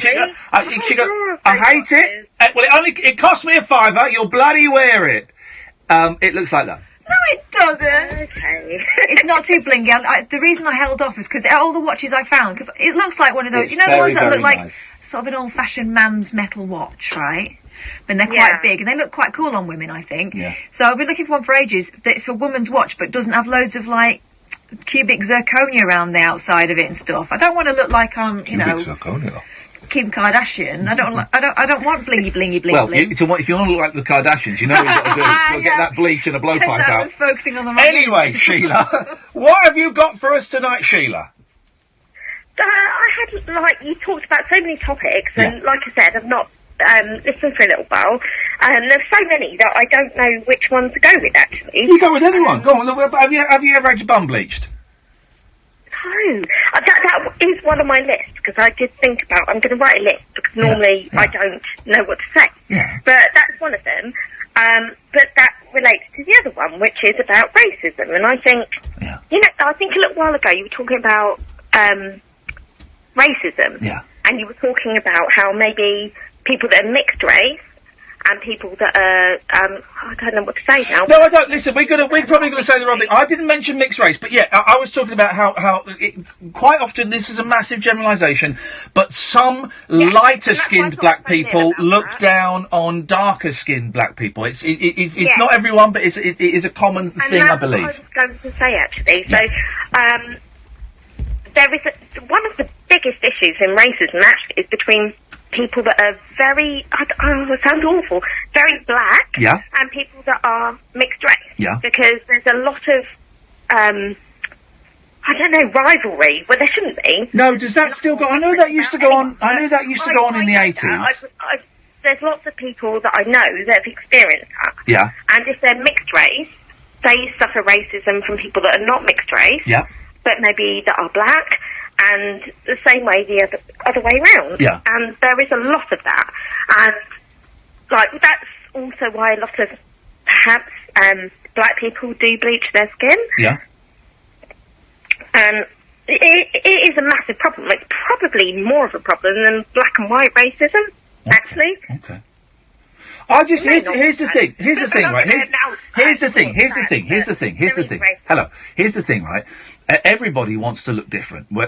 Everybody wants to look slimmer, taller, shorter, broader, more muscular, darker, lighter. You want to look a little bit off under the chin, the nose. You want everyone wants to look different. I hate my legs. I'd love to have straight, muscular legs instead of these horrible bent bandies. Everyone wants to look a bit different. I bet you've got long legs. I've got long legs, but they're horrible. But here's the thing. All I've wanted is long legs all my life. Sheilah's flirting with me, I think. She just wants your legs. But they wouldn't fit you, Sheila. What's that film? Boxing Helena. Oh yeah, I've never seen that. No. But I've heard the details. But well, instead of companies, here's what would be great, right? Instead of companies like Clinique and Maybelline and all of these things, instead of companies spending billions on offering treatments and creams and potions that made us look different, what if these companies spent the same amount of money on telling us that we look beautiful as we are? What if Maybelline spent £1 billion on telling everyone, you know what? You're all right. The way you are, you're all right. You're forgetting that advert we keep laughing at when we go to the cinema. Yeah, do that, actually. Olay try and do that. Yeah. There are some companies... No, they don't. Olay don't tell you you're beautiful. Olay tell you could be more beautiful. Now, go on, Catherine. We went to the cinema. We've been a few times, haven't we, in the last couple of months? And there's an advert playing at the moment for Max Factor. Yeah. And it's all about, you're beautiful. I know, I buy some makeup. You're beautiful. It's like, this enhances your natural beauty by, and what they're doing is, slathering women in makeup. So they can't tell you that you're fine as you are, because then you wouldn't buy anything. But there are some companies that are trying to undermine them, and they're doing really well at the moment. Some really good skincare companies that are not advertising on TV, right? And they're great products. So yeah, but if Catherine wants to know them. I don't, because it's all balls, and you know this, right? Them saying you're fine as you are. What they're saying is you'll be fine as you are once you just do a little bit. If you use us, a little bit of this, because they can't say you're okay, because then they've got nothing to sell you. But this is what made me think about, like, a lot of the topics are related today. So I wanted to talk about racism between black and mixed race people, and also I'm not white, so I can say that I'm not being racist. So I was going to talk about I don't like saying this, but anal bleaching. Here we go. Yeah. And I wondered if maybe that's a racist thing as well. Like, people don't want something that brown on their body. White. Yes.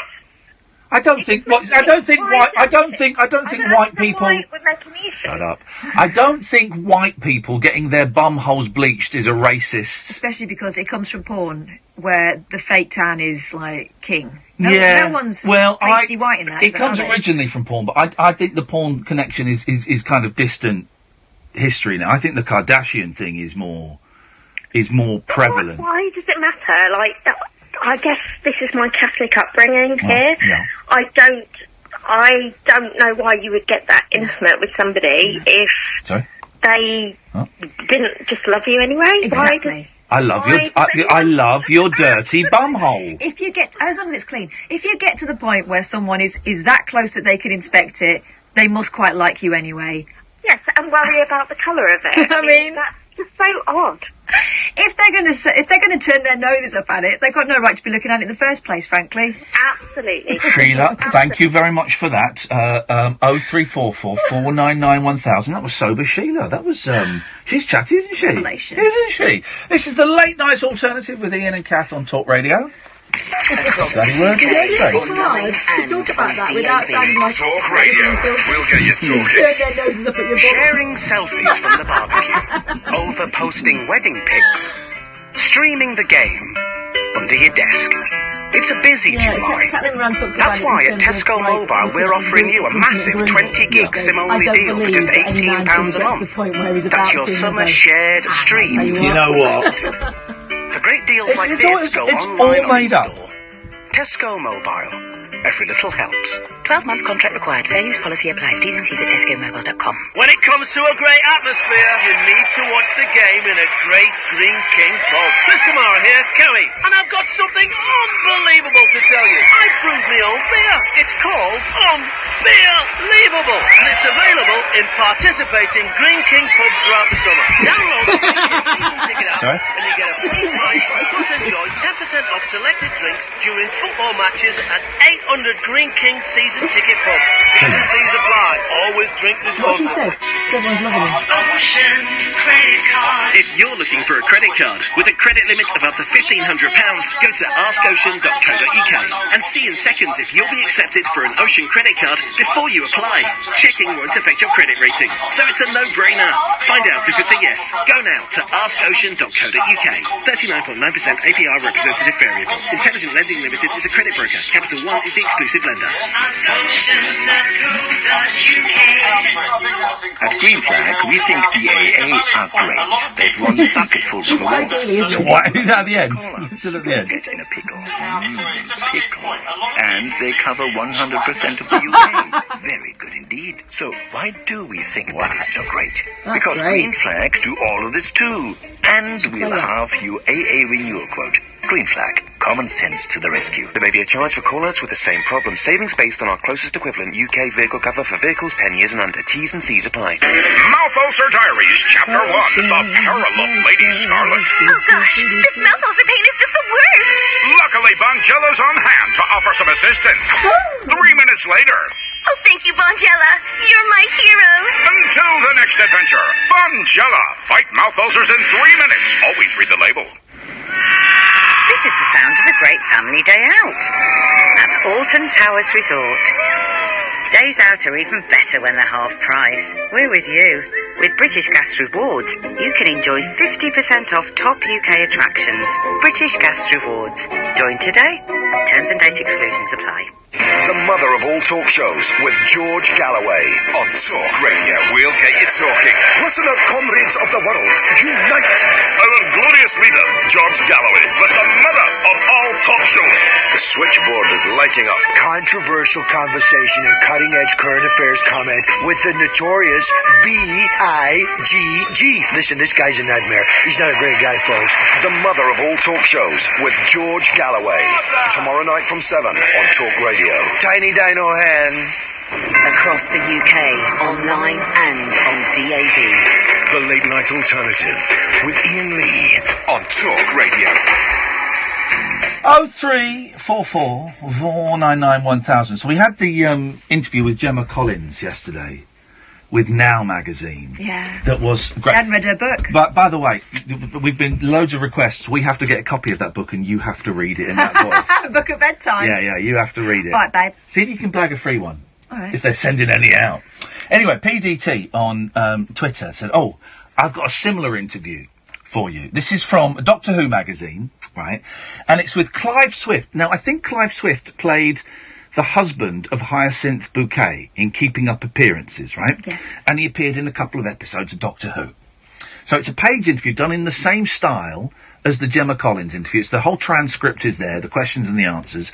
I'll read it. It gets a bit boring in the middle, so I'll skip the middle bit, but I'll read the beginning. It's one page, right? Hello, Clive. I'm recording this interview on tape. Is that okay? Don't you know shorthand? It's a dying art, isn't it? I find that dictaphones are more reliable in interview situations. I want to quote what you say accurately. A lot of actors won't do interviews on tape. I've never noticed that in almost a decade of doing this job. I'm an actor. As soon as you switch that thing on, I'm performing. I think you'll find the proper journalists know shorthand. Now, nobody knows shorthand in I remember my mum learning shorthand, Bitman 2000.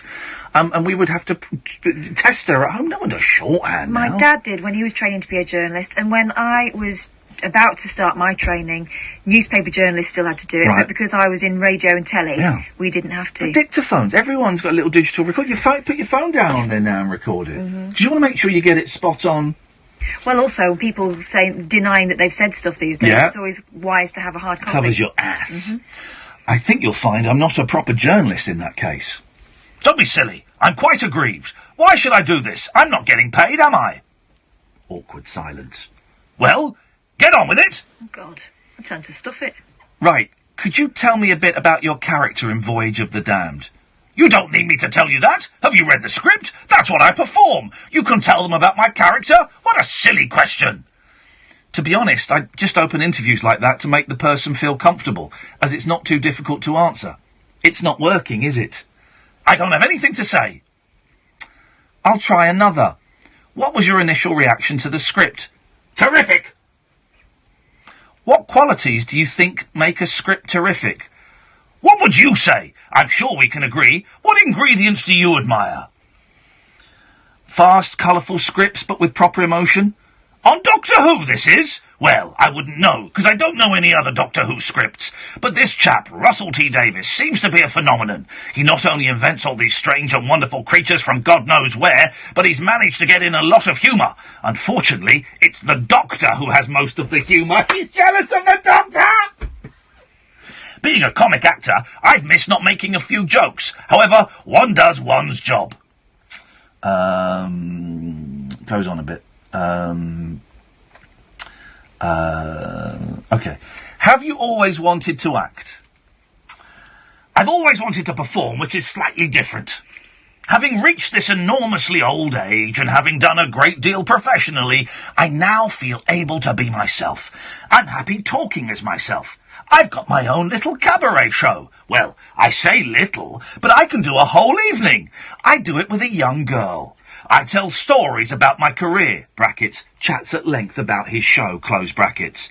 I call it Richard Bouquet Overflows, because I'm rather fed up with people just thinking me of Richard, which they often do. Then why would you put the name of the character in the title if you're fed up with people thinking? Right. Do people shout Richard at you in the street? Sometimes I tell them to F off. Right. One final question. I think that's more than enough, isn't it? How many pages are you going to have on Mr. Copper? Well, I was just going to ask. There's no reason why I should talk to you at all, so you shouldn't push it. I'm sure you'll write something very nice. Stony silence. I know that you all think that this is a big world, this Who business, but it isn't. There are much bigger things than this. Maybe, but it means a lot to a great many of us. Yeah, goodbye! Clive Swift was talking to Benjamin Cook. I mean, that is just incredible, isn't it? Absolutely beautiful. What an absolute arse of a human being. Incredible scenes, man. Incredible. So, is that what got published? It wasn't an article? That's the whole page that was published. And that, my friends, is great. Isn't it fantastic? Apparently it's quite a famous interview. I don't know when it was done, how recently it was done, but, to be jealous of Doctor Who in Doctor Who getting all the funny lines. I mean, flipping heck, man. There are no such thing as small parts, only small actors. Oh, yeah. Have you got something? Do you say? No, I'm just writing to Gemma Collins' publishers to see if I might obtain a copy of her tome. Okay. 03. Wait, can someone tell me, when did that interview appear in that Doctor Who magazine? Because that's great. And there should be more honest... Well, do you know what? I think in this day and age, actually... there is more honest reporting. When stars have always been dicks... you'd expect it not of like a bit part player like that, but like big movie stars and rock stars have always been idiots, but quite often it's been covered up.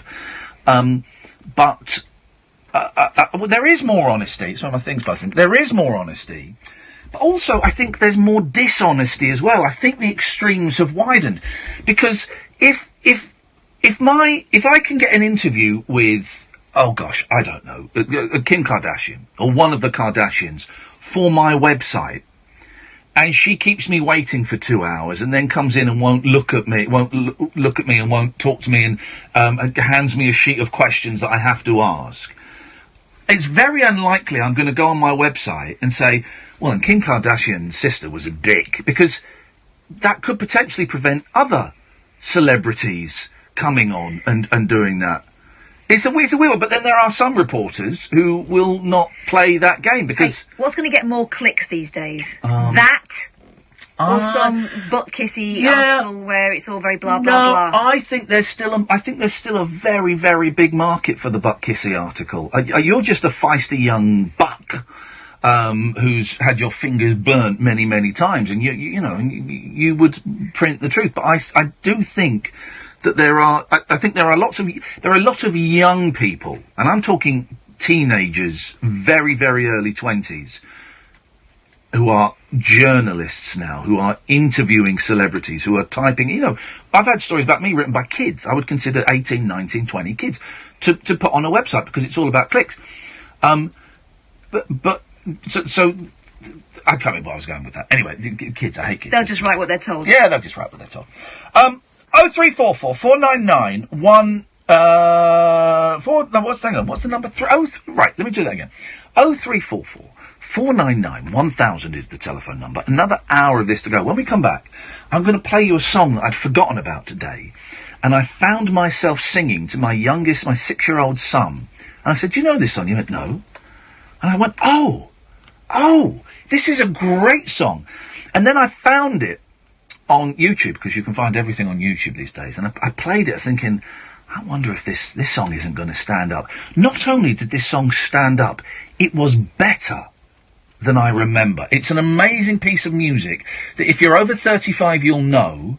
And if you're under 35, you possibly won't know, and you should know. It's incredible. I'll play it after the news. 0344 499 1000, the late night alternative on Talk Radio. Talk Radio. 24-hour radio debate and entertainment. Talk Radio. We'll get you talking. Brighten up your mornings and take a brilliant break with Mike Graham on Talk Radio with the Sun Holiday Shop. Great value breaks all year round. Listen to Talk Radio every weekday morning from 10 for 3 hours packed full of fabulous features, great value guests, and quick-fire calls on all of the day's top talking points. Don't miss Mike Graham every weekday morning from 10 on Talk Radio with the Sun Holiday Shop. Great value breaks all year round. Go to the Well, how did you become head girl, young lady? Can I get a decaf cough cap? Yes. Please. This summer, follow the sun, not the crowd. With the Jaguar Summer Sales event from the 6th to the 8th of July, enjoy 15% off all accessories and an additional £1,500 deposit contribution with 5.9% APR representative PCP finance. Search Jaguar Sales Event. Jaguar, the art of performance. Selected models only. Credit subject to status. UK 18+ only. Terms and conditions apply. Black Horse Limited trading as Jaguar Financial Services. 15% off all accessories. Purchased alongside a vehicle between the 6th and 8th of July 2018. Subject to availability. At participating retailers only. This is the sound of a fun day out. With the sharks at Sea Life. Days out are even better when they're half price. We're with you. With British Gas Rewards, you can enjoy 50% off top UK attractions. British Gas Rewards. Join today. Terms and date exclusions apply. Critics are unanimous. Sicario 2 is the most exciting thriller you'll see this summer. Who's gonna help us start a war? It's explosive, gripping, and action-packed. Adios. As tense as anything you'll see this year. Don't miss the must-see movie everyone's talking about. Sicario 2 in cinemas Friday. Book tickets now. Rated 15. How do you think England are going to do this summer, Bob? I don't know, John, but I've got a good feeling about Iceland. They're demonstrating an impressive 3-2-1 formation. That's right. 3 Restaurante pizzas, 2 garlic breads, and a 1.5-liter bottle of Pepsi Max. All for only £5. With a lineup like that, there's no way you can lose. Fill your freezer and win at summer with Iceland. Subject to availability. See in store for details. Across the UK, online and on DAB. Talk Radio, on the hour news headlines. From the Sky News Centre at midnight, 5 people have been shot dead at the offices of a newspaper in the American state of Maryland. Officials say a suspected explosive device has also been found in the building in Annapolis.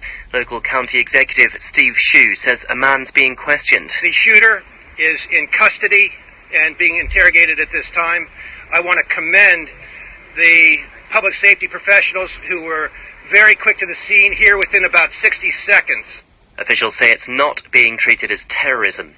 180 firefighters are dealing with 2 huge blazes 30 miles apart from each other. Fires are still raging on Saddleworth Moor near Greater Manchester, while another has broken out on Winter Hill north of Bolton. Firefighter Matt says it's hard work. During the day, you've got the heat from the sun, and then when the heather's burning, the intense heat from that as well, it's energy zapping, it really is. Prince William has ended his historic 5-day visit to the Middle East. He enjoyed a tour of the most revered religious sites of Judaism, Christianity and Islam in Jerusalem's Old City. A London-based nurse has been found guilty of running a voodoo human trafficking ring. The 51-year-old sent women to Germany to work as prostitutes after forcing them to take part in rituals where they ate worms and chicken hearts. In sport, England can begin preparations for a World Cup last 16 match with Colombia after losing to Belgium in their final group game. It finished 1-0 in Kaliningrad. Both sides were already through and made 17 changes between them. Fans in Russia are optimistic. It's going to work, this resting, because it is a total shift around of the players, isn't it? It's a tough draw, but I think we're capable of winning. Yeah, I do. And they're not Belgium. And it's been the hottest day of the year so far, the 4th day in a row that record's been broken. A temperature of 32.6 degrees was recorded in Porthmadog in Wales. From Sky News, I'm Simon English. Across the UK, online and on DAB. The wild man of late night radio, Iain Lee. Differently interesting nocturnal emissions from a legend of late night radio. On air and off the leash. The Late Night Alternative with Iain Lee on Talk Radio. We'll get you talking. 0344 499 1000, the Late Night Alternative with Iain Lee and Katherine Boyle. Weeknights from 10. Don't forget, we've got 2 podcasts. I'm in here, Katherine, on the radio. Doing my job. We've got 2 podcasts you can listen to. There is a best of this show, which goes out every night about 7 o'clock, and you can get that on Acast or on iTunes, or if you go to talkradio.co.uk. And we also do a weekly show, which is called The Rabbit Hole, which is a live show in front of an audience. And the next one we are recording will be on July the 28th in Manchester, at the 3 Minute Theatre in Manchester, Saturday evening. There's only about 10 tickets left. I say only, it's a small venue, so actually it's quite a big percentage. But if you want them, go and get them. Go to iainlee.com/events. That's where you need to go to, iainlee.com/events. That's also got where you can get tickets for Edinburgh and Glasgow in September, and Bath and Brighton as well. iainlee.com/events. And I know that they're kind of a long way away. It kind of makes it a little bit easier for us if we know how many people are coming. So if you're going to come, book a ticket early, because otherwise we might end up cancelling it. 0344 499 1000 is the telephone number. If you want to give us a call, you'd be very, very welcome to. Oh! I'll play you that song in a bit. But before I do that, which one of these should we do?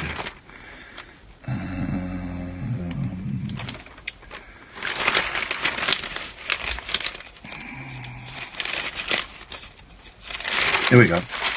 Could there be life on Saturn's moon? Yes, please. By Colin Fernandez, the 5th correspondent. We may not have found a colony of little green men just yet. Oh, for God's sakes, Colin, you can do better than that. Crying out loud, man. But we could be a step closer. For scientists have discovered that one of Saturn's moons carries all the ingredients needed for life to evolve. Thank you very much. Complex carbon-based molecules have been detected erupting from the crust of Enceladus. I get it bleached. The discovery, I get the crust ripped off, then get it bleached. The discovery by NASA's Cassini spacecraft means the moon has all the building blocks for simple life forms. Wowzers. Dr. Christopher Glein on the Southwest Research Institute in San Antonio, Texas said, "Boy, this moon is the only body besides Earth known to simultaneously satisfy all of the basic requirements for life as we know it." Jump into the end of the story, because you know my theory, right, is that we lived on Mars, there was a war on Mars, there was some kind of natural phenomenon, one of the two, and some of us managed to escape to Earth, but then all of our technology over time has gone, right? You know. Conditions on Mars were conducive to life evolving some 100 million years earlier than it did on Earth, according to researchers. This is pretty much backing up my theory. An analysis of meteorites has shown that the surface of the red planet cooled down much sooner than previously thought. They put that previously thought, but that's because Colin Fernandez is an idiot. The team from the University of Copenhagen said that this provided a potential platform for life. Commenting on the findings, Linda Elkins Tanton of Arizona State University said, "Boy, Mars had a head start on Earth in the planetary evolution game. We totally come from Mars. We totally come from Mars." I don't know why you're not backing me up on that, Catherine. Well, because sounds like bullshit. Well, okay, that's because your mind is closed. So I'm going to play a song, right? Oh. That, just thought of it today. I was in the car with the boy and I was singing it. And it's a really fun song to sing. I thought, I don't know, I'll come to you in a minute. I thought, I've not thought of this song 35 years, right? And I said to the boy, I'll get it. And I'll play it. He was a bit of fidgety mood. He wasn't really into it. He wanted to get out of the car. So he did. Which boy? Big boy, little boy? Little boy. So he didn't want to listen to it. But I listened to the first 30 seconds expecting it to be crap, right? And I thought, flipping heck, it's from 1965, right? You'll know it. If you're over 35, you'll know it. If you're under 35, you won't know it. Sam, you won't know it, right? And I heard it so much as a kid, right? It became like wallpaper. But it was a song that always intrigued me. I think it's a very psychedelic song. Not in the production and not in the sound technique. But the story is nuts. And I don't remember how the story ends, right? So literally I heard 30 seconds. I thought, I want to hear the rest of this on air. Right. So I want to gauge people's reaction to it, right? I think the 30 seconds I heard, it sounded incredible. Okay? And when you hear what it is, when you recognise it, you're going to smirk a little bit and go, oh, this is crap. But stick with it, right? Stick with it. Okay. I may have built it up a little bit too much. Here we go. It's by Ronnie Hilton. Do you know Ronnie Hilton? No. No? Okay, I didn't know his name either. I thought it was by someone completely different. Here we go. Speakers up! A mouse lived in a windmill in old This is a great song, isn't it? A windmill with a mouse in, and he wasn't browsing. He sang every morning, how lucky I am, living in a windmill in old Amsterdam. I saw a mouse. Where? There on the stair. Where on the stair? Right there, a little mouse with claws on. Well, I declare, going clip, clippity, clop on the stair. Oh yeah. It's incredible, isn't it? This mouse, he got lonesome. He took him a wife, a windmill. It used to be on the radio all the time. Hardly surprising. She sang every morning, how lucky I am. Living in a windmill in old Amsterdam. I saw a mouse. Where? There on the stair. Where on the stair? Right there. A little mouse with clogs on. Well, I declare, going clip, clippity, clop on the stair. Oh yeah. DJ. Yeah. First they had triplets and then they had twins. A windmill with twins in, triplets and twins. Yes! What a fucking morning, how lucky we are, living in a windmill in Amsterdam, yeah. Where? There on the stair.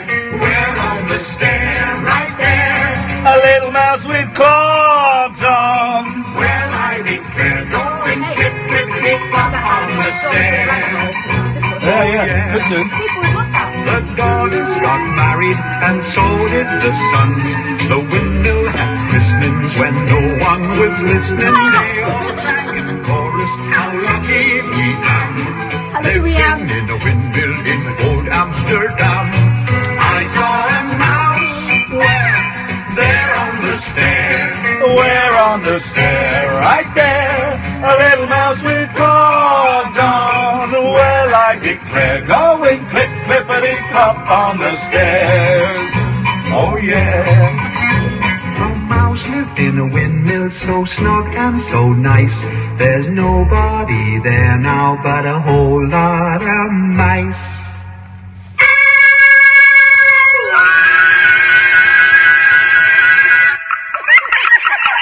Oh, I've got goosebumps at the ending. I don't think I've ever heard the end before. Oh, I remember the ending. It's so joyous. And honestly, I was having so much... I couldn't remember the verses, right? But the chorus, I don't know why, the chorus popped into my head. And you sing it. Sing the chorus. It's so much fun to sing. I saw a mouse where... Dun-dun-dun-dun, dun-dun-dun-dun, da-da, a little mouse with cords. It's so much fun to sing. And my boy went, what are clogs? Oh, wooden shoes. That's crazy. But it's such a great song, right? And I think it really, it's 1965, so Rubber Soul had happened, Revolver hadn't happened, right? Just to put it in Beatles context. But I think it sounds like an old song, but it still sounds great. It's not a thin production. It's a very fat sound. Those backing singers are great. Some of the rhymes in there, they had a christening when no one was listening. Quins, triplets and twins in. I mean, flipping heck, man. Some of that wordplay is really sophisticated. And I thought it was Val Doonican. It wasn't. It was a guy called Ronnie Hilton, who was a DJ, who went on to have a handful of hits, right? And I think that was the last hit he had. I think it got to number 23. And when I was a kid, there used to be a programme hosted by Ed Stewpot Stewart, and maybe Tony Blackburn did it at one point, called Junior Choice. Junior Choice was Saturday mornings, Radio 1, sort of like 8 till 10 in the morning, something like that, 7 till 9, something like that. And they would play kids' songs, novelty songs. Kids now, they don't get novelty songs, do they? Really? Kids now, my kids have always been into the Monkees and Beyonce and Alicia Keys and that kind of stuff. They've missed out on... before I got into pop, right, and the first pop I got into was the Thompson Twins, but I remember... rocking out in my bedroom, bouncing on my bed to the Funky Gibbon by the Goodies, and to that, and to All Aboard with Right Said Fred, and all of that stuff. I don't know, my kids like that Lemonade Stand song for a long time. Okay, I'll give the Lemonade Stand props. There are some summer things like that where they tend, the silly ones tend to come out in the summer, don't they? I don't know. And probably the album that they've loved the most, it's been a kind of kids album, has been the Bare Naked Ladies one, Popcorn. Okay, all right, fair enough. Yeah, no, fair enough. I'll buy it. That is a great album, by the way. No, I don't. Right, okay, Sam, come on the microphone and tell me what you just said there. So, Paul Ross just popped his head in. Yeah. And said that the guy who sang that song is apparently a mate of Rainbow George's. I don't think it is Paul. He is a mate. Who is he? He was a mate of Ronnie somebody. Rainbow George was a mate of Ronnie. The guy that stood for... Yeah, I don't think it was Ronnie Hilton. I don't think, but... Rainbow George knows quite a lot of people. Rainbow George probably smoked a joint with him at some point. I'm sure Ronnie Hilton... By the way, Ronnie Hilton died in 2001. No, I think it was a different Ronnie, but he probably does know him. Why do I want to say Lane? Hang on, Paul, come in. Paul, come in, man. Come in, you can come into the studio. Don't stick your fingers up at me. He's not getting paid, so of course he's not going to walk in. There we go. Go on, man.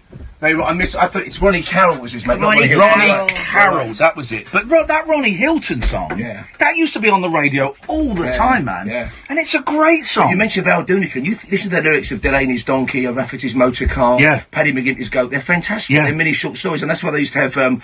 we should nick it here, actually. They used to have that wonderful show, didn't they? Children's favourite show with Stewpot Stewart on a Saturday morning. Junior Choice, And they play all those things like Three Wheels on My Wagon, all those Right, My Boomerang Won't Come Back. Right Said Fred. Yeah. Banana Boat Song. Yeah. All of that stuff. The Banana Boat Song. Have you ever heard Vernon Cribbin's Winkle Picker song? I think we might have played it once, actually. I think we might have played it. didn't we? Bernard Cribbins did Gossip Calypso, didn't he? He did. That's the one we played. amazing, That's the one we Yeah, played. we've got Gossip, good. Calypso, Gossip, Calypso. That's the one we And he was, played. I think, in the first Doctor Who movie, wasn't he, Bernard Cribbins? I He think was. he turned up in that, yeah. He was, yeah. How's the head? He looks very sore. Do you know what? I went to get it all cleaned up, and I was hoping the bandage would come off, but I've got to keep it on until the weekend because it's not. Have you got painkillers and stuff? Or you'd rather Yeah, no, it's just Nurofen. I'm just on Nurofen, but it's a little bit. I'm all right. It's the trauma. Is the You know, kind at of the top upset. of the road here, if you go up out of our building, Chocolate Towers, turn right, there's a great old army surplus shop. Oh, yeah, And I bought, they've got fantastic Russian tin helmets. I saw a pith helmet in there. That's not moving. This is. I keep walking past that pith helmet and thinking, wow, I can't justify it. I'm skinned, I but think you should try and get those guys on your show because it used to be run by a couple of brothers. One of them's still there, and if you get to know them, and I've been shopping there 30 years, they'll take you into their basement. What's down there is an Aladdin's cave. You should go down there with your phone and do a little report, mate. Oh, we'll go it's do it. got your name all over it. Oh, nice one, Paul. Thank you. Paul will be back in a little bit. He's on at 1:00 as well through the night, so keep listening for that. We've got Stan, we've got Alan. We'll take your calls in a bit. 0344 499 1000. The late night alternative with Ian and Kath on Talk Radio. Talk Radio. Digital. Gossip Calypso. That's a great song, isn't it? Though that mouse lived in a windmill. But the Banana Boat song, that was my song that I used to sing to That's a when they were funny song, man. when we were up at night. It's got a good rhythm in it. He was a sentimental. It's a good baby rock Yeah. song. £16 with that double value trading, sir. Deal. With American Golf's double value trade-in, bring us your old clubs like the Scotty Cameron Select Newport 2 and get an extra £58 when compared to the PGA's price guide, meaning you can now trade up to the new Scotty Cameron Select, and we can even custom fit it for free. Don't miss the double value trade-in. Visit americangolf.co.uk to find your nearest store. T's and C's apply. Ocean Credit Card. If you're looking for a credit card with a credit limit of up to £1,500, go to askocean.co.uk and see in seconds if you'll be accepted for an Ocean credit card before you apply. Checking won't affect your credit rating, so it's a no-brainer. Find out if it's a yes. Go now to askocean.co.uk. APR representative variable. Intelligent lending limited is a credit broker. Capital One is the exclusive lender. We've got it at Selco. Selco is where the trade goes. Looking for a wide range of plasterboard? Well, Selco's got it. Want to know that it's in stock? Selco's got it. Want trade prices too? Yep, Selco's got it. A massive range and huge stocks of specialist and performance plasterboards, all at great trade prices. Selco's got it. See selcobw.com to find your nearest branch. Got it? We've got it at Selco. Selco is where the trade goes. Forget history. Forget the years of hurt. Forget the red cards. Forget the missed handballs. Forget the brilliance. Forget being an underdog. Forget every game that has gone before. Because all that matters is now. And he's at the back post, and he's there in stoppage time. A gift to the nation, and a winner after a flyer. The 2018 FIFA World Cup on ITV. The Late Night Alternative with Iain Lee on Talk Radio. We'll get you talking. 0344 499 1000. Let's go to Alan. Good evening, Alan. Good evening, mate. How are you, mate? I'm very well, thank you, Alan. You have me at a disadvantage as I don't know your surname, but onwards and upwards. You're right. I was listening to you the other night, and that you were on about these owls what have been attacking you, mate. Incorrect. Well, owl. Thank you. Correct. Let's not exaggerate the story because people are already saying that I'm making up bits of it. So let's stick to the facts. Okay. Well, I got out of my cab today. Here we go. And I had one of them great big massive blackbird things fly straight at me. Here we go. They're turning. They're getting bold. They're turning. They are turning. It's like that film, isn't it? The bird. The Bird. Yes, it's like that film, The Bird. Well, what are you going to do about it, Alan? You're not going to sit there and take that, are you? I'm a buggery, mate. I'm going to destroy them. Here we go. The army assembles. Whereabouts are you based, Alan? I'm from Stoke, as you know, but I'm a driver, so I'm all over the country. Well, listen, let's meet up. We'll get a couple of bits of 2 before, and we'll go and stove some birds' heads in. And I'm not even joking. No, I'm not joking either, mate. Honestly, they're terrible. They're getting worse, mate. They're just flying at you for no reason. Alan, listen, we're going to meet up. We're going to go and stove some birds' heads in. I've had enough of this. Thank you, Alan. Great call. Let's go to Stan. Good evening, Stan. Good evening, you alright? I'm good, thank you, mate. What you got for us? Yeah, I'm just thinking up about the colour thing, you know, the race thing. I don't know if you call it racism because I don't like using the word myself, but yeah, you know, I think it's more about that the Western world and the way we are, we're more into like the middle ground with where colour's concerned. We don't like things to be excessively black, people to be excessively black or excessively white, you know. Okay. I think we should to like be in the middle. Go on, I'm struggling to get what you mean. Explain what you mean. Well, you were saying that darker or less brown people look down on darker people.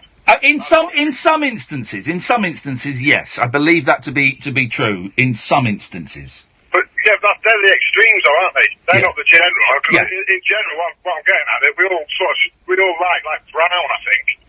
You know, we don't really like excessively blonde, white. I don't know what we like or not, but one day, in the not too distant future, we're all going to be a beautiful coffee-coloured world, because everyone's going to mix with everyone else, and every race is going to mix. Yeah. And we're all just going to be a beautiful coffee-coloured world, and it would be a shame that I'm not going to be around to see it. Yeah, you're right, absolutely right, yeah. There's some absolutely, I mean, like I said, there's some absolutely stunningly really black women. Stunning, I think, and men as well. Yeah. I don't think it's about the colour of the skin. I think it's just how they look, whether they look good to you, you know, so... Yeah, well, there are beautiful people of all shades and hues, and, Absolutely, yeah. You know, well, thank you for that, Stan. I think you're painting a picture of a better world, I think. Well, well, that's what we're striving for, isn't it? That would be good, wouldn't it? For our kids. Yeah, it would be good, wouldn't it? I do worry sometimes about the future, but I think we're heading in the right direction.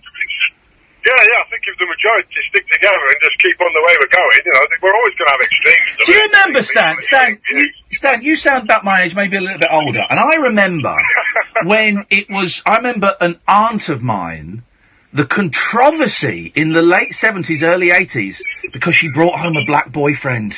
And the controversy, and I bet that would still be controversial in some households today. A black boyfriend. The shame of it. My granddad was disgusted by it.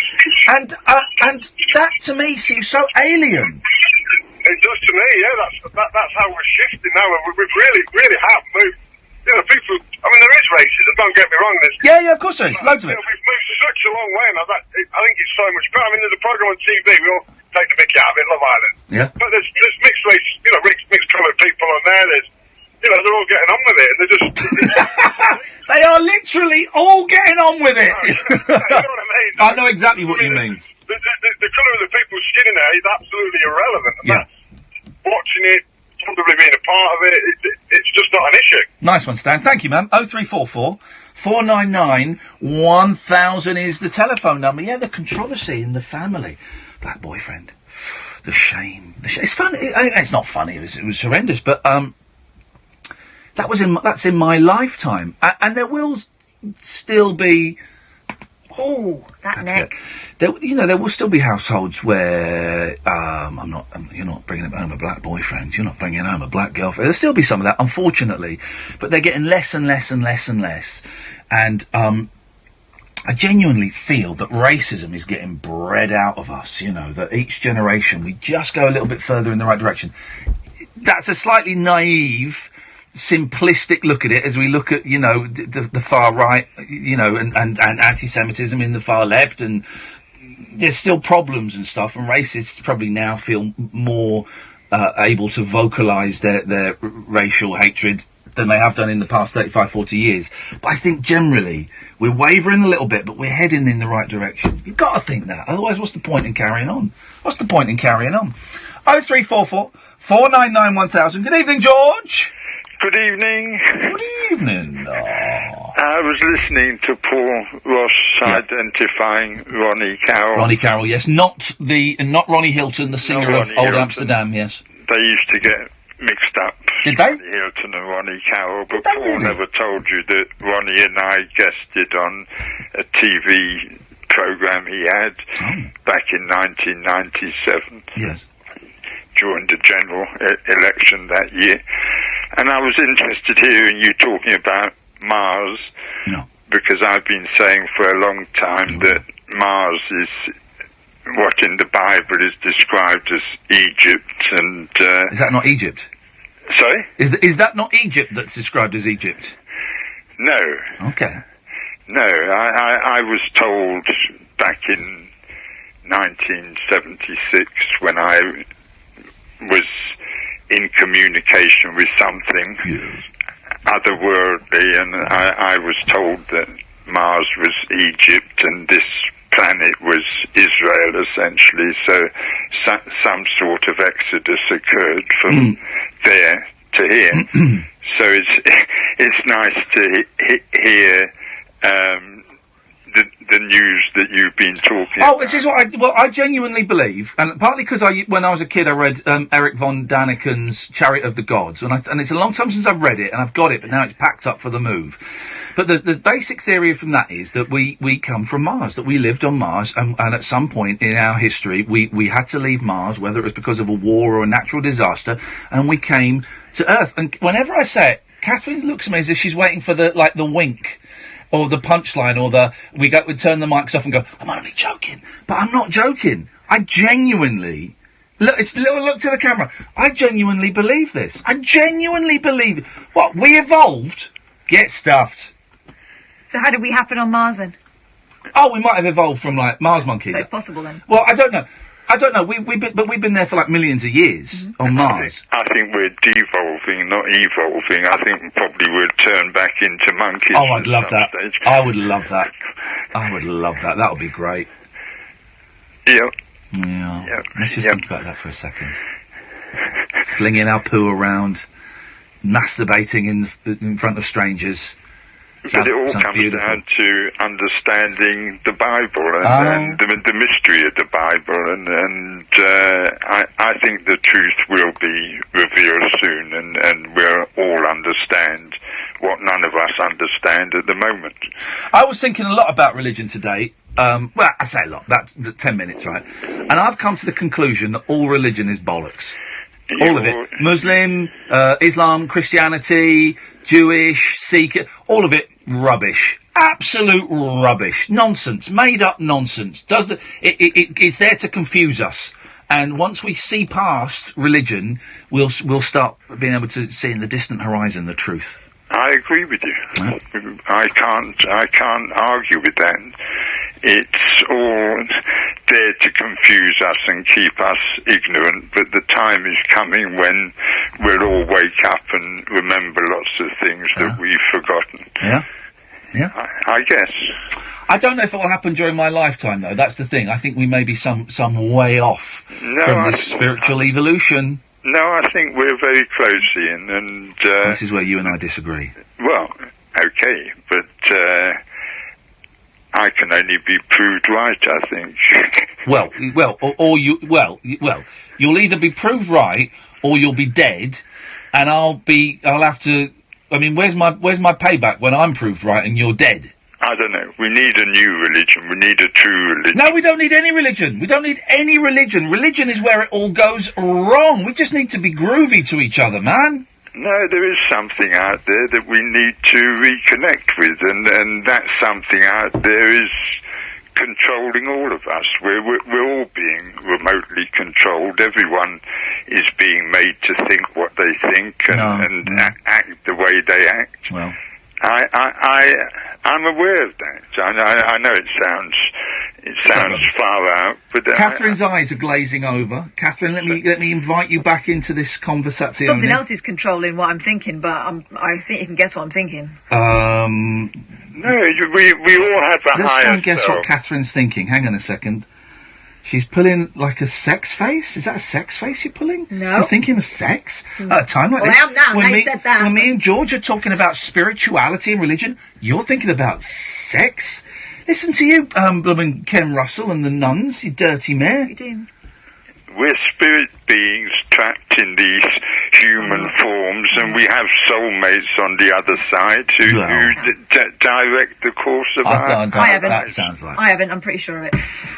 Yeah, well, I think you might be like an android from you're just not. But also, I think what George is saying is nonsense there as well. So together, we're getting nowhere. George, thank you very much for that. 03444991000. This is Talk Radio. Across the UK, online and on DAB, the Independent Republic of Mike Graham on Twitter. I saw a mouse there on the stair, right there, a little mouse going clippity up on the stair, right there. The Independent Republic of Mike Graham. This morning from 10 on Talk Radio. Uncut after-hours conversation for the up-all-night generation. The Late Night Alternative with Iain Lee on Talk Radio. We'll get you talking. So, the fashion in New York for women, right, it's not jeans, or it's, I think they're called yoga pants. Oh yeah, I've got yoga pants. Everyone, it's these tight sort of lycra things with air holes around the knees, down the side. But it's that kind of thing, yeah? Leisure wear, active wear, that's what you describe. All the women are wearing yoga pants. Every single They're one not yoga of them. pants. Yoga pants are baggier. Oh. You're talking about active wear. Okay, let me And that's been Google. going on a lot in the playgrounds around where I live for some time. And for a long time, I've been eyeing the wearers with suspicion. They're not all going to the gym. What I reckon, they've active wear, They've usurped the pyjamas. Yeah. Clothes of choice. Active wear images. It's, yep. Oh, yes. Yeah, they're not all going to the gym. That's okay. I'm going to look at a few more of these pictures just to make sure I've got. Yeah. Okay. I think it's activewear. I need to look at a few more. I saw them mainly from behind, so I'm going to type in activewear ass. There we go. There we go. Oh my God. There we go. There we go. Yeah, it was activewear that they were wearing in New York. So I'm going to get a load of activewear pants and bring them over here along with my brown cola, my chocolate cola, and I'm going to sell them. What chocolate cola? Who is this? Is this what is this call? Is this like a prank call? It's a prank call, is it? Well, I've got a dump button. I can handle this. Hello, prank caller. Hello, caller, pretending to call from America.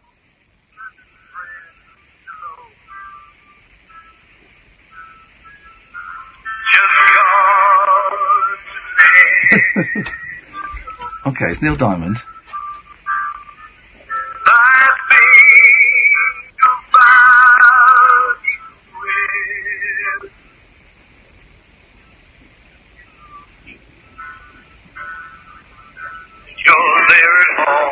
What's happening on the screen behind you? This has all got very weird.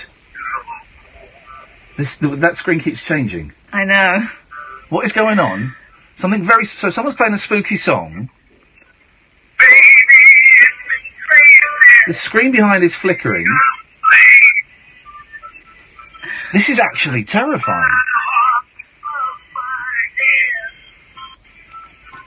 Oh, look at that. Kyle's tweeted, coffee coloured is nice idea, but try being in the middle as mixed race and both sides don't like it. Well, again, that's an overgeneralisation, but the whole conversation has been generalisation. I like mixed race, so that's not everybody. But also, I'm talking about hundreds of years in the future, Kyle, when everybody is coffee coloured. That's what I'm talking about. What is going on with that TV? I don't know, but I don't like it. And that freaky version of Hello Again. Oh, and also I can't listen to that song Hello Again. That was the song we played at my dad's funeral. Yes. Oh, Dad! Dad, what are you doing to me? Was that a call from my dad from beyond the grave when we're talking about spirits and religion?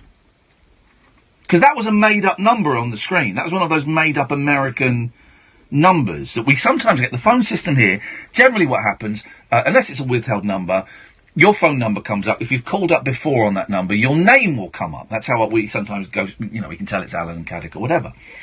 But sometimes it will say America, North America, but it will just be like a series of zeros. And that's what that was. Mm. What have you got? I'm getting a bit freaked out here. This is a little bit spooky. Go on. No, I'm just looking at what they're doing on YouTube at the moment. What are they doing on YouTube? They're being dicks.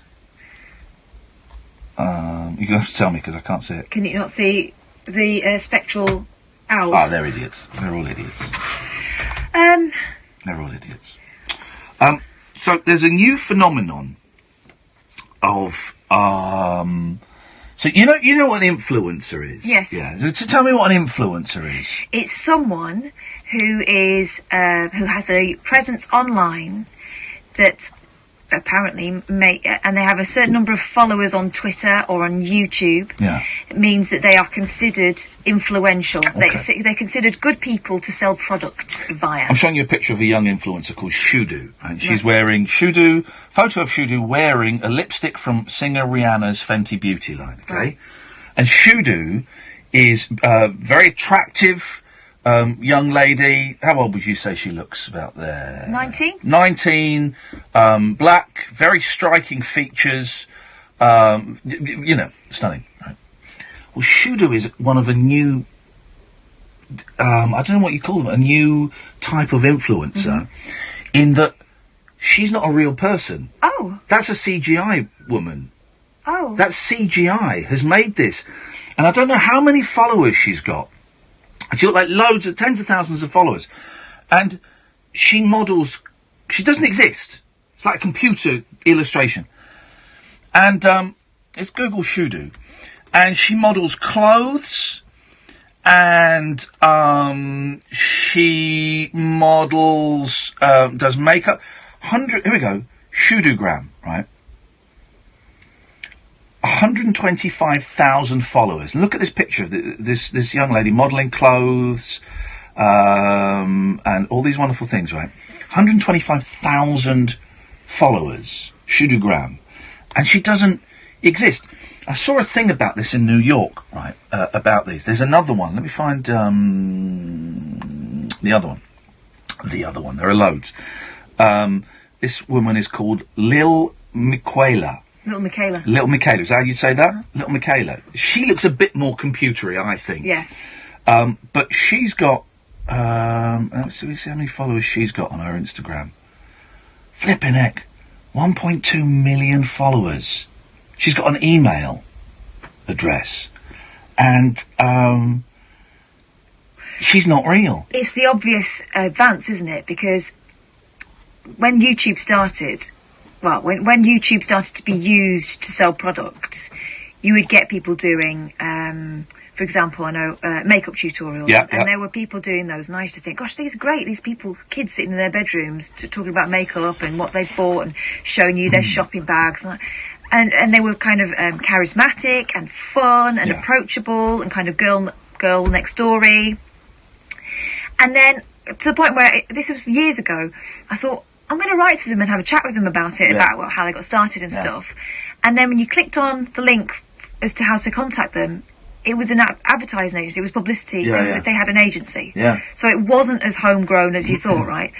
So this is the natural next step, is that you cut those people out, and because you don't have them getting caught up in scandals or life, and you've got these people who are never going to grow old. And who are absolutely perfect. To put it into a context that I would understand, and old heads like me would understand, the Monkees were a manufactured pop group, and the reason that they only lasted a couple of years is because they were human beings, and they wanted to make their own music and play their own guitars. So the guy that was behind the music went, right, I know, I'm going to get a cartoon, and he made the Archies, which sold more than the Monkees. These people are never going to get rich, have their own ambitions, decide they want to break away from the old image. But I saw this on an American news thing. And they were doing it and here's a funny story. You may not have heard of Lil Michaela, but she's one of the biggest stars, and they do it as a funny thing. But I was thinking, actually, I don't think it is funny. So here's a picture of Lil Michaela, right? And it's her holding her phone, taking a selfie. That's one of the more convincing pictures of her. You could think that was real, right? So here's my problem with it. Look how skinny she is. Look how skinny and how perfect she is. In a way that even airbrushing and all of the tricks that can be used on real life models, she is perfect beyond that. But so skinny, right? Showing a little bit of ass there, you know, but so skinny, so beautifully perfect. Also, look at the proportions of her body. Yeah. That would not, it's not in real. real life, it couldn't happen. It's not real. She's got a very, very long, slim body. Yeah. That would look weird in real life on a real person. I mean, that's quite a convincing picture as well of her sort of sat by some food. And people are leaving comments and stuff. Robots can't be hung over. I'm very confused. Anyway, and there's some of them are looking coy and sexy, and I mean, look at that. Look at that. Is she with Nile Rodgers in that picture before this? Yeah, that's her with Nile Rodgers. You're right. Well spotted. What's that? It's incredible, right?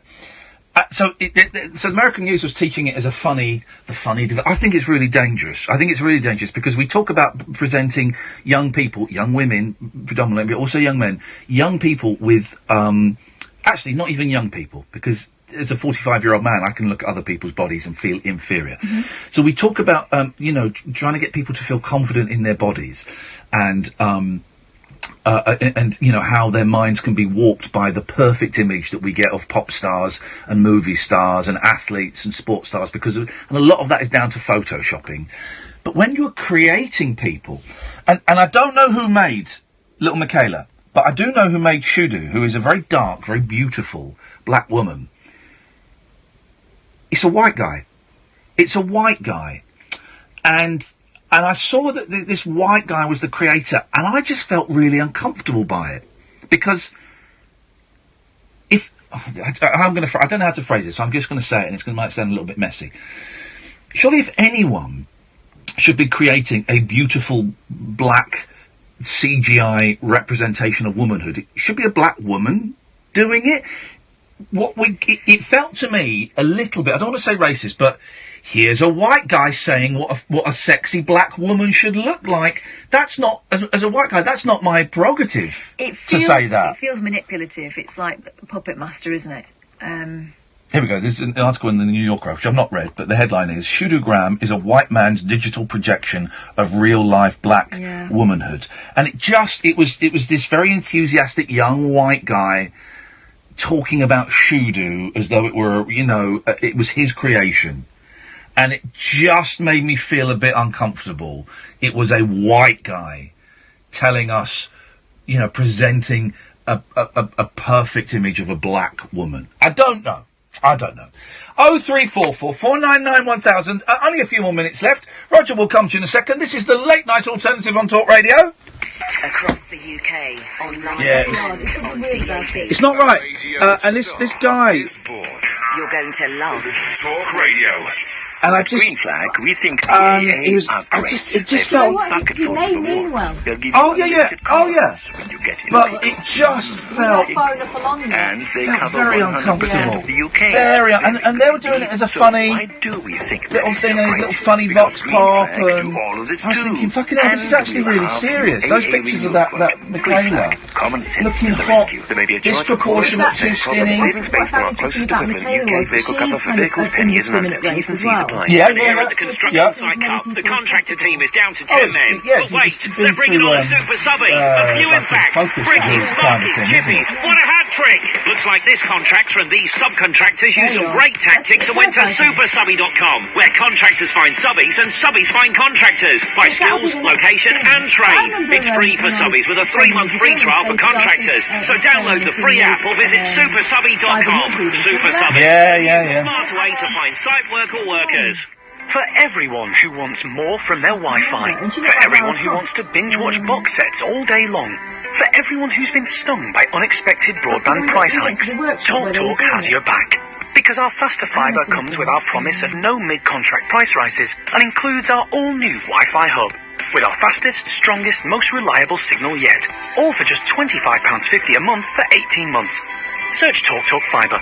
And TalkTalk for everyone. I remember that. Set up fee contracts and conditions apply. Greetings, Earthlings. We come in peace. We wish to communicate with your leader. I'm Howard Hughes. Join me this Sunday night from 10 for a trip into the outer limits. Untwist the lid on Talk Radio's specimen jar of the psychic, the supernatural, and simply unexplained. The Unexplained with Howard Hughes. Sunday night from 10, Earth time, on Talk Radio. The Late Night Alternative with Iain Lee. Unfiltered night talk with the original king of unconventional conversation on Talk Radio. We have ways of making you talk. 03444991000 is the telephone number if you want to give us a call. Roger bottled it, and that's absolutely fine, man. That's absolutely fine. Well, it's been, what have we covered, tonight? We've, CGI influencers, mice living in Amsterdam, more bad interviews. By the way, if you've got any more examples of, interviews that have gone terribly, and they've either printed it verbatim or there's audio of it. Apart from that Hardeep Singh Kohli thing, because he annoys the hell out of me, that guy. I just can't stomach him. If there's any audio, let us know. Send me the link on YouTube, and I'll get Catherine to click on it. It'll be the Thanks very much. Will be the thing. Because I like those. They're good, those interviews. Yeah. They're good. That's what we want more of. I like it when the journalist takes back a little bit of power. Yeah. Do you know what I wish would happen? Go on. And it's a shame that it hasn't. And there were some rumblings of it earlier on. Yes. But in Trump and his administration, and Sarah Sanders, yes, refuses to answer questions. Yeah. I really wish that every single journalist in turn in those press conferences would take the mantle and ask the same question yeah, until they got answered. And there was some talk of doing that at one point, but of course competition kicks in and they don't, That Trump-Journo battle, put aside the horrific things that have happened at, is it a newspaper in America today? Put that aside. I don't use it as one, because I said the word battle and I've realised that people have actually been killed, been murdered today, stuff. So, yeah, putting that to one side, and the word battle is perhaps slightly inappropriate. But the standoff, there we go, the standoff between Trump and the press never really happened, did it? It was going to be, the first few months, this is fake news. Oh, some sectors still are, though. Really? Yeah. Okay, maybe you just don't hear about it as much. He's still going for it.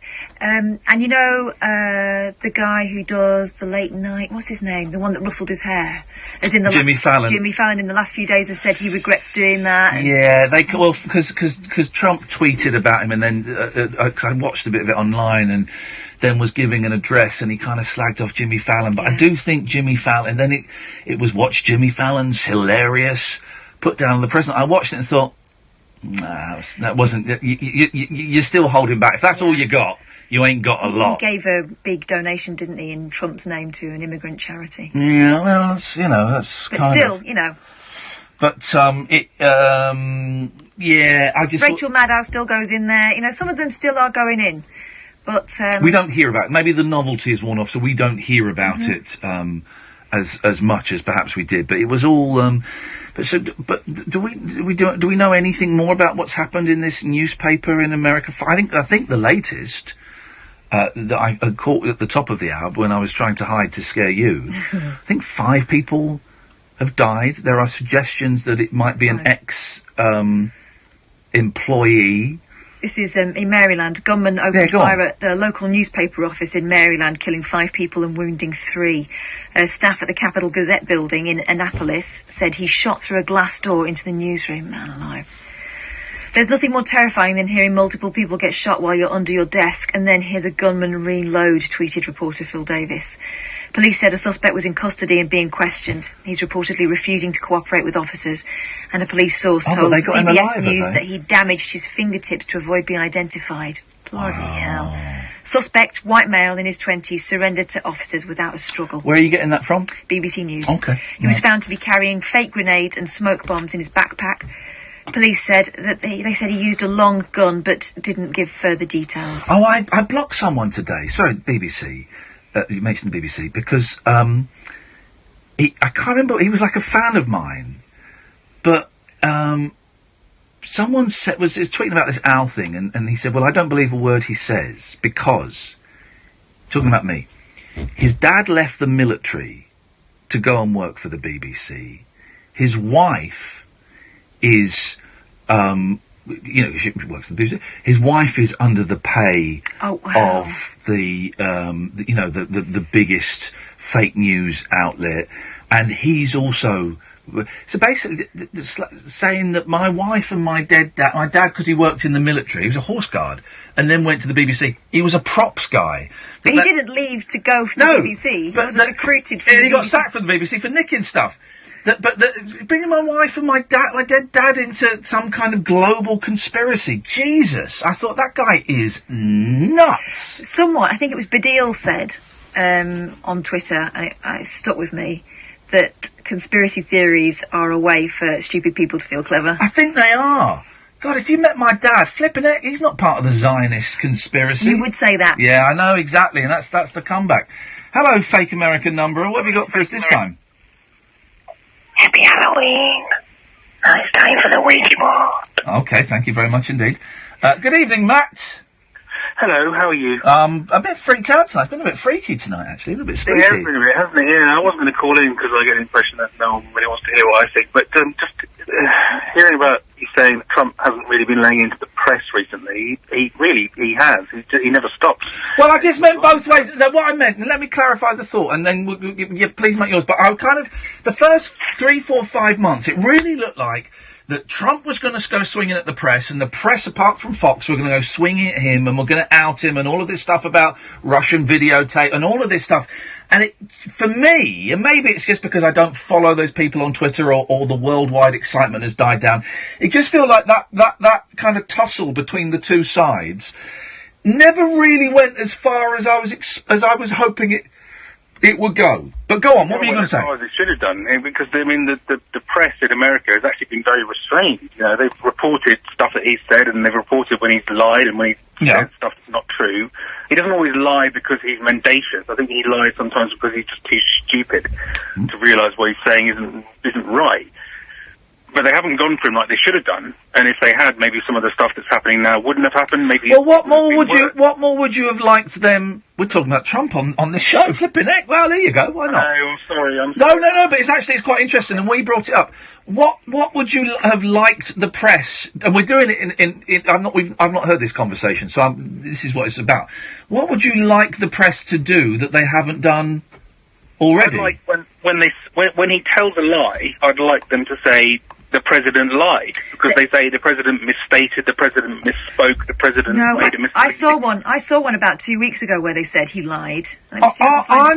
Sometimes they do, and they're getting, I think, gradually, they're getting slightly braver. Gradually, people like Rachel Maddow on MSNBC and some of the CNN guys are getting a little bit braver about it. But then tonight, you know, he was at a rally, I think last night, I can't remember where he again pointed to the back of the crowd at the press gathering at the back and said, those are the enemy of the people, and points at the media and says, they're liars, they're fake news, they're the enemy of the people. And then tonight, a guy has gone in, I mean, you know, we don't know what his intentions were, but he was a white American, he wasn't an immigrant. Okay. He's gone into this office, and after Charlie Hebdo, Trump tweeted, if only they just kept quiet, they would have gone out of business because no one listens. Well, okay, but I, you know, and I've seen people tweeting that the paedophile supporter Milo Yiannopoulos was saying 2 days ago that the press should all be shot down or something like that. But you know, in the same way that if it were a brown-skinned guy, you can't jump to the conclusion that it's a Muslim terrorist. You can't also conclude that it's someone who's been inspired by paedophile supporter Milo Yiannopoulos or Donald Trump. He could have got sacked the day before. He could have had it could be any number of things. It could be because of what Trump and Milo said. It could be. But I think we need to kind of wait and hold back a little bit from that. No, we really do, and I think it's kind of incumbent on the behalf of the non-extremists, and I can count myself in that number, to not jump to conclusions. Yeah. Sometimes you just can't help it. But yeah, you're absolutely right. Because I can see, this is the funny thing about Twitter, and I must admit, I pointed one of the tweets out to Kath about Milo, but here's the thing about Twitter. Some people on the left will be jumping with glee and quoting Trump and quoting Milo. Then the people on the right are going, oh, look at all the far left people saying this, blaming it on Donald Trump when we don't. And we've got no idea. And if it comes out that the guy has got a stack of Trump speeches where he says go and shoot the press, well then we have a thing. But you know, obviously then it'll be a conspiracy that they were planted there. But we have to wait.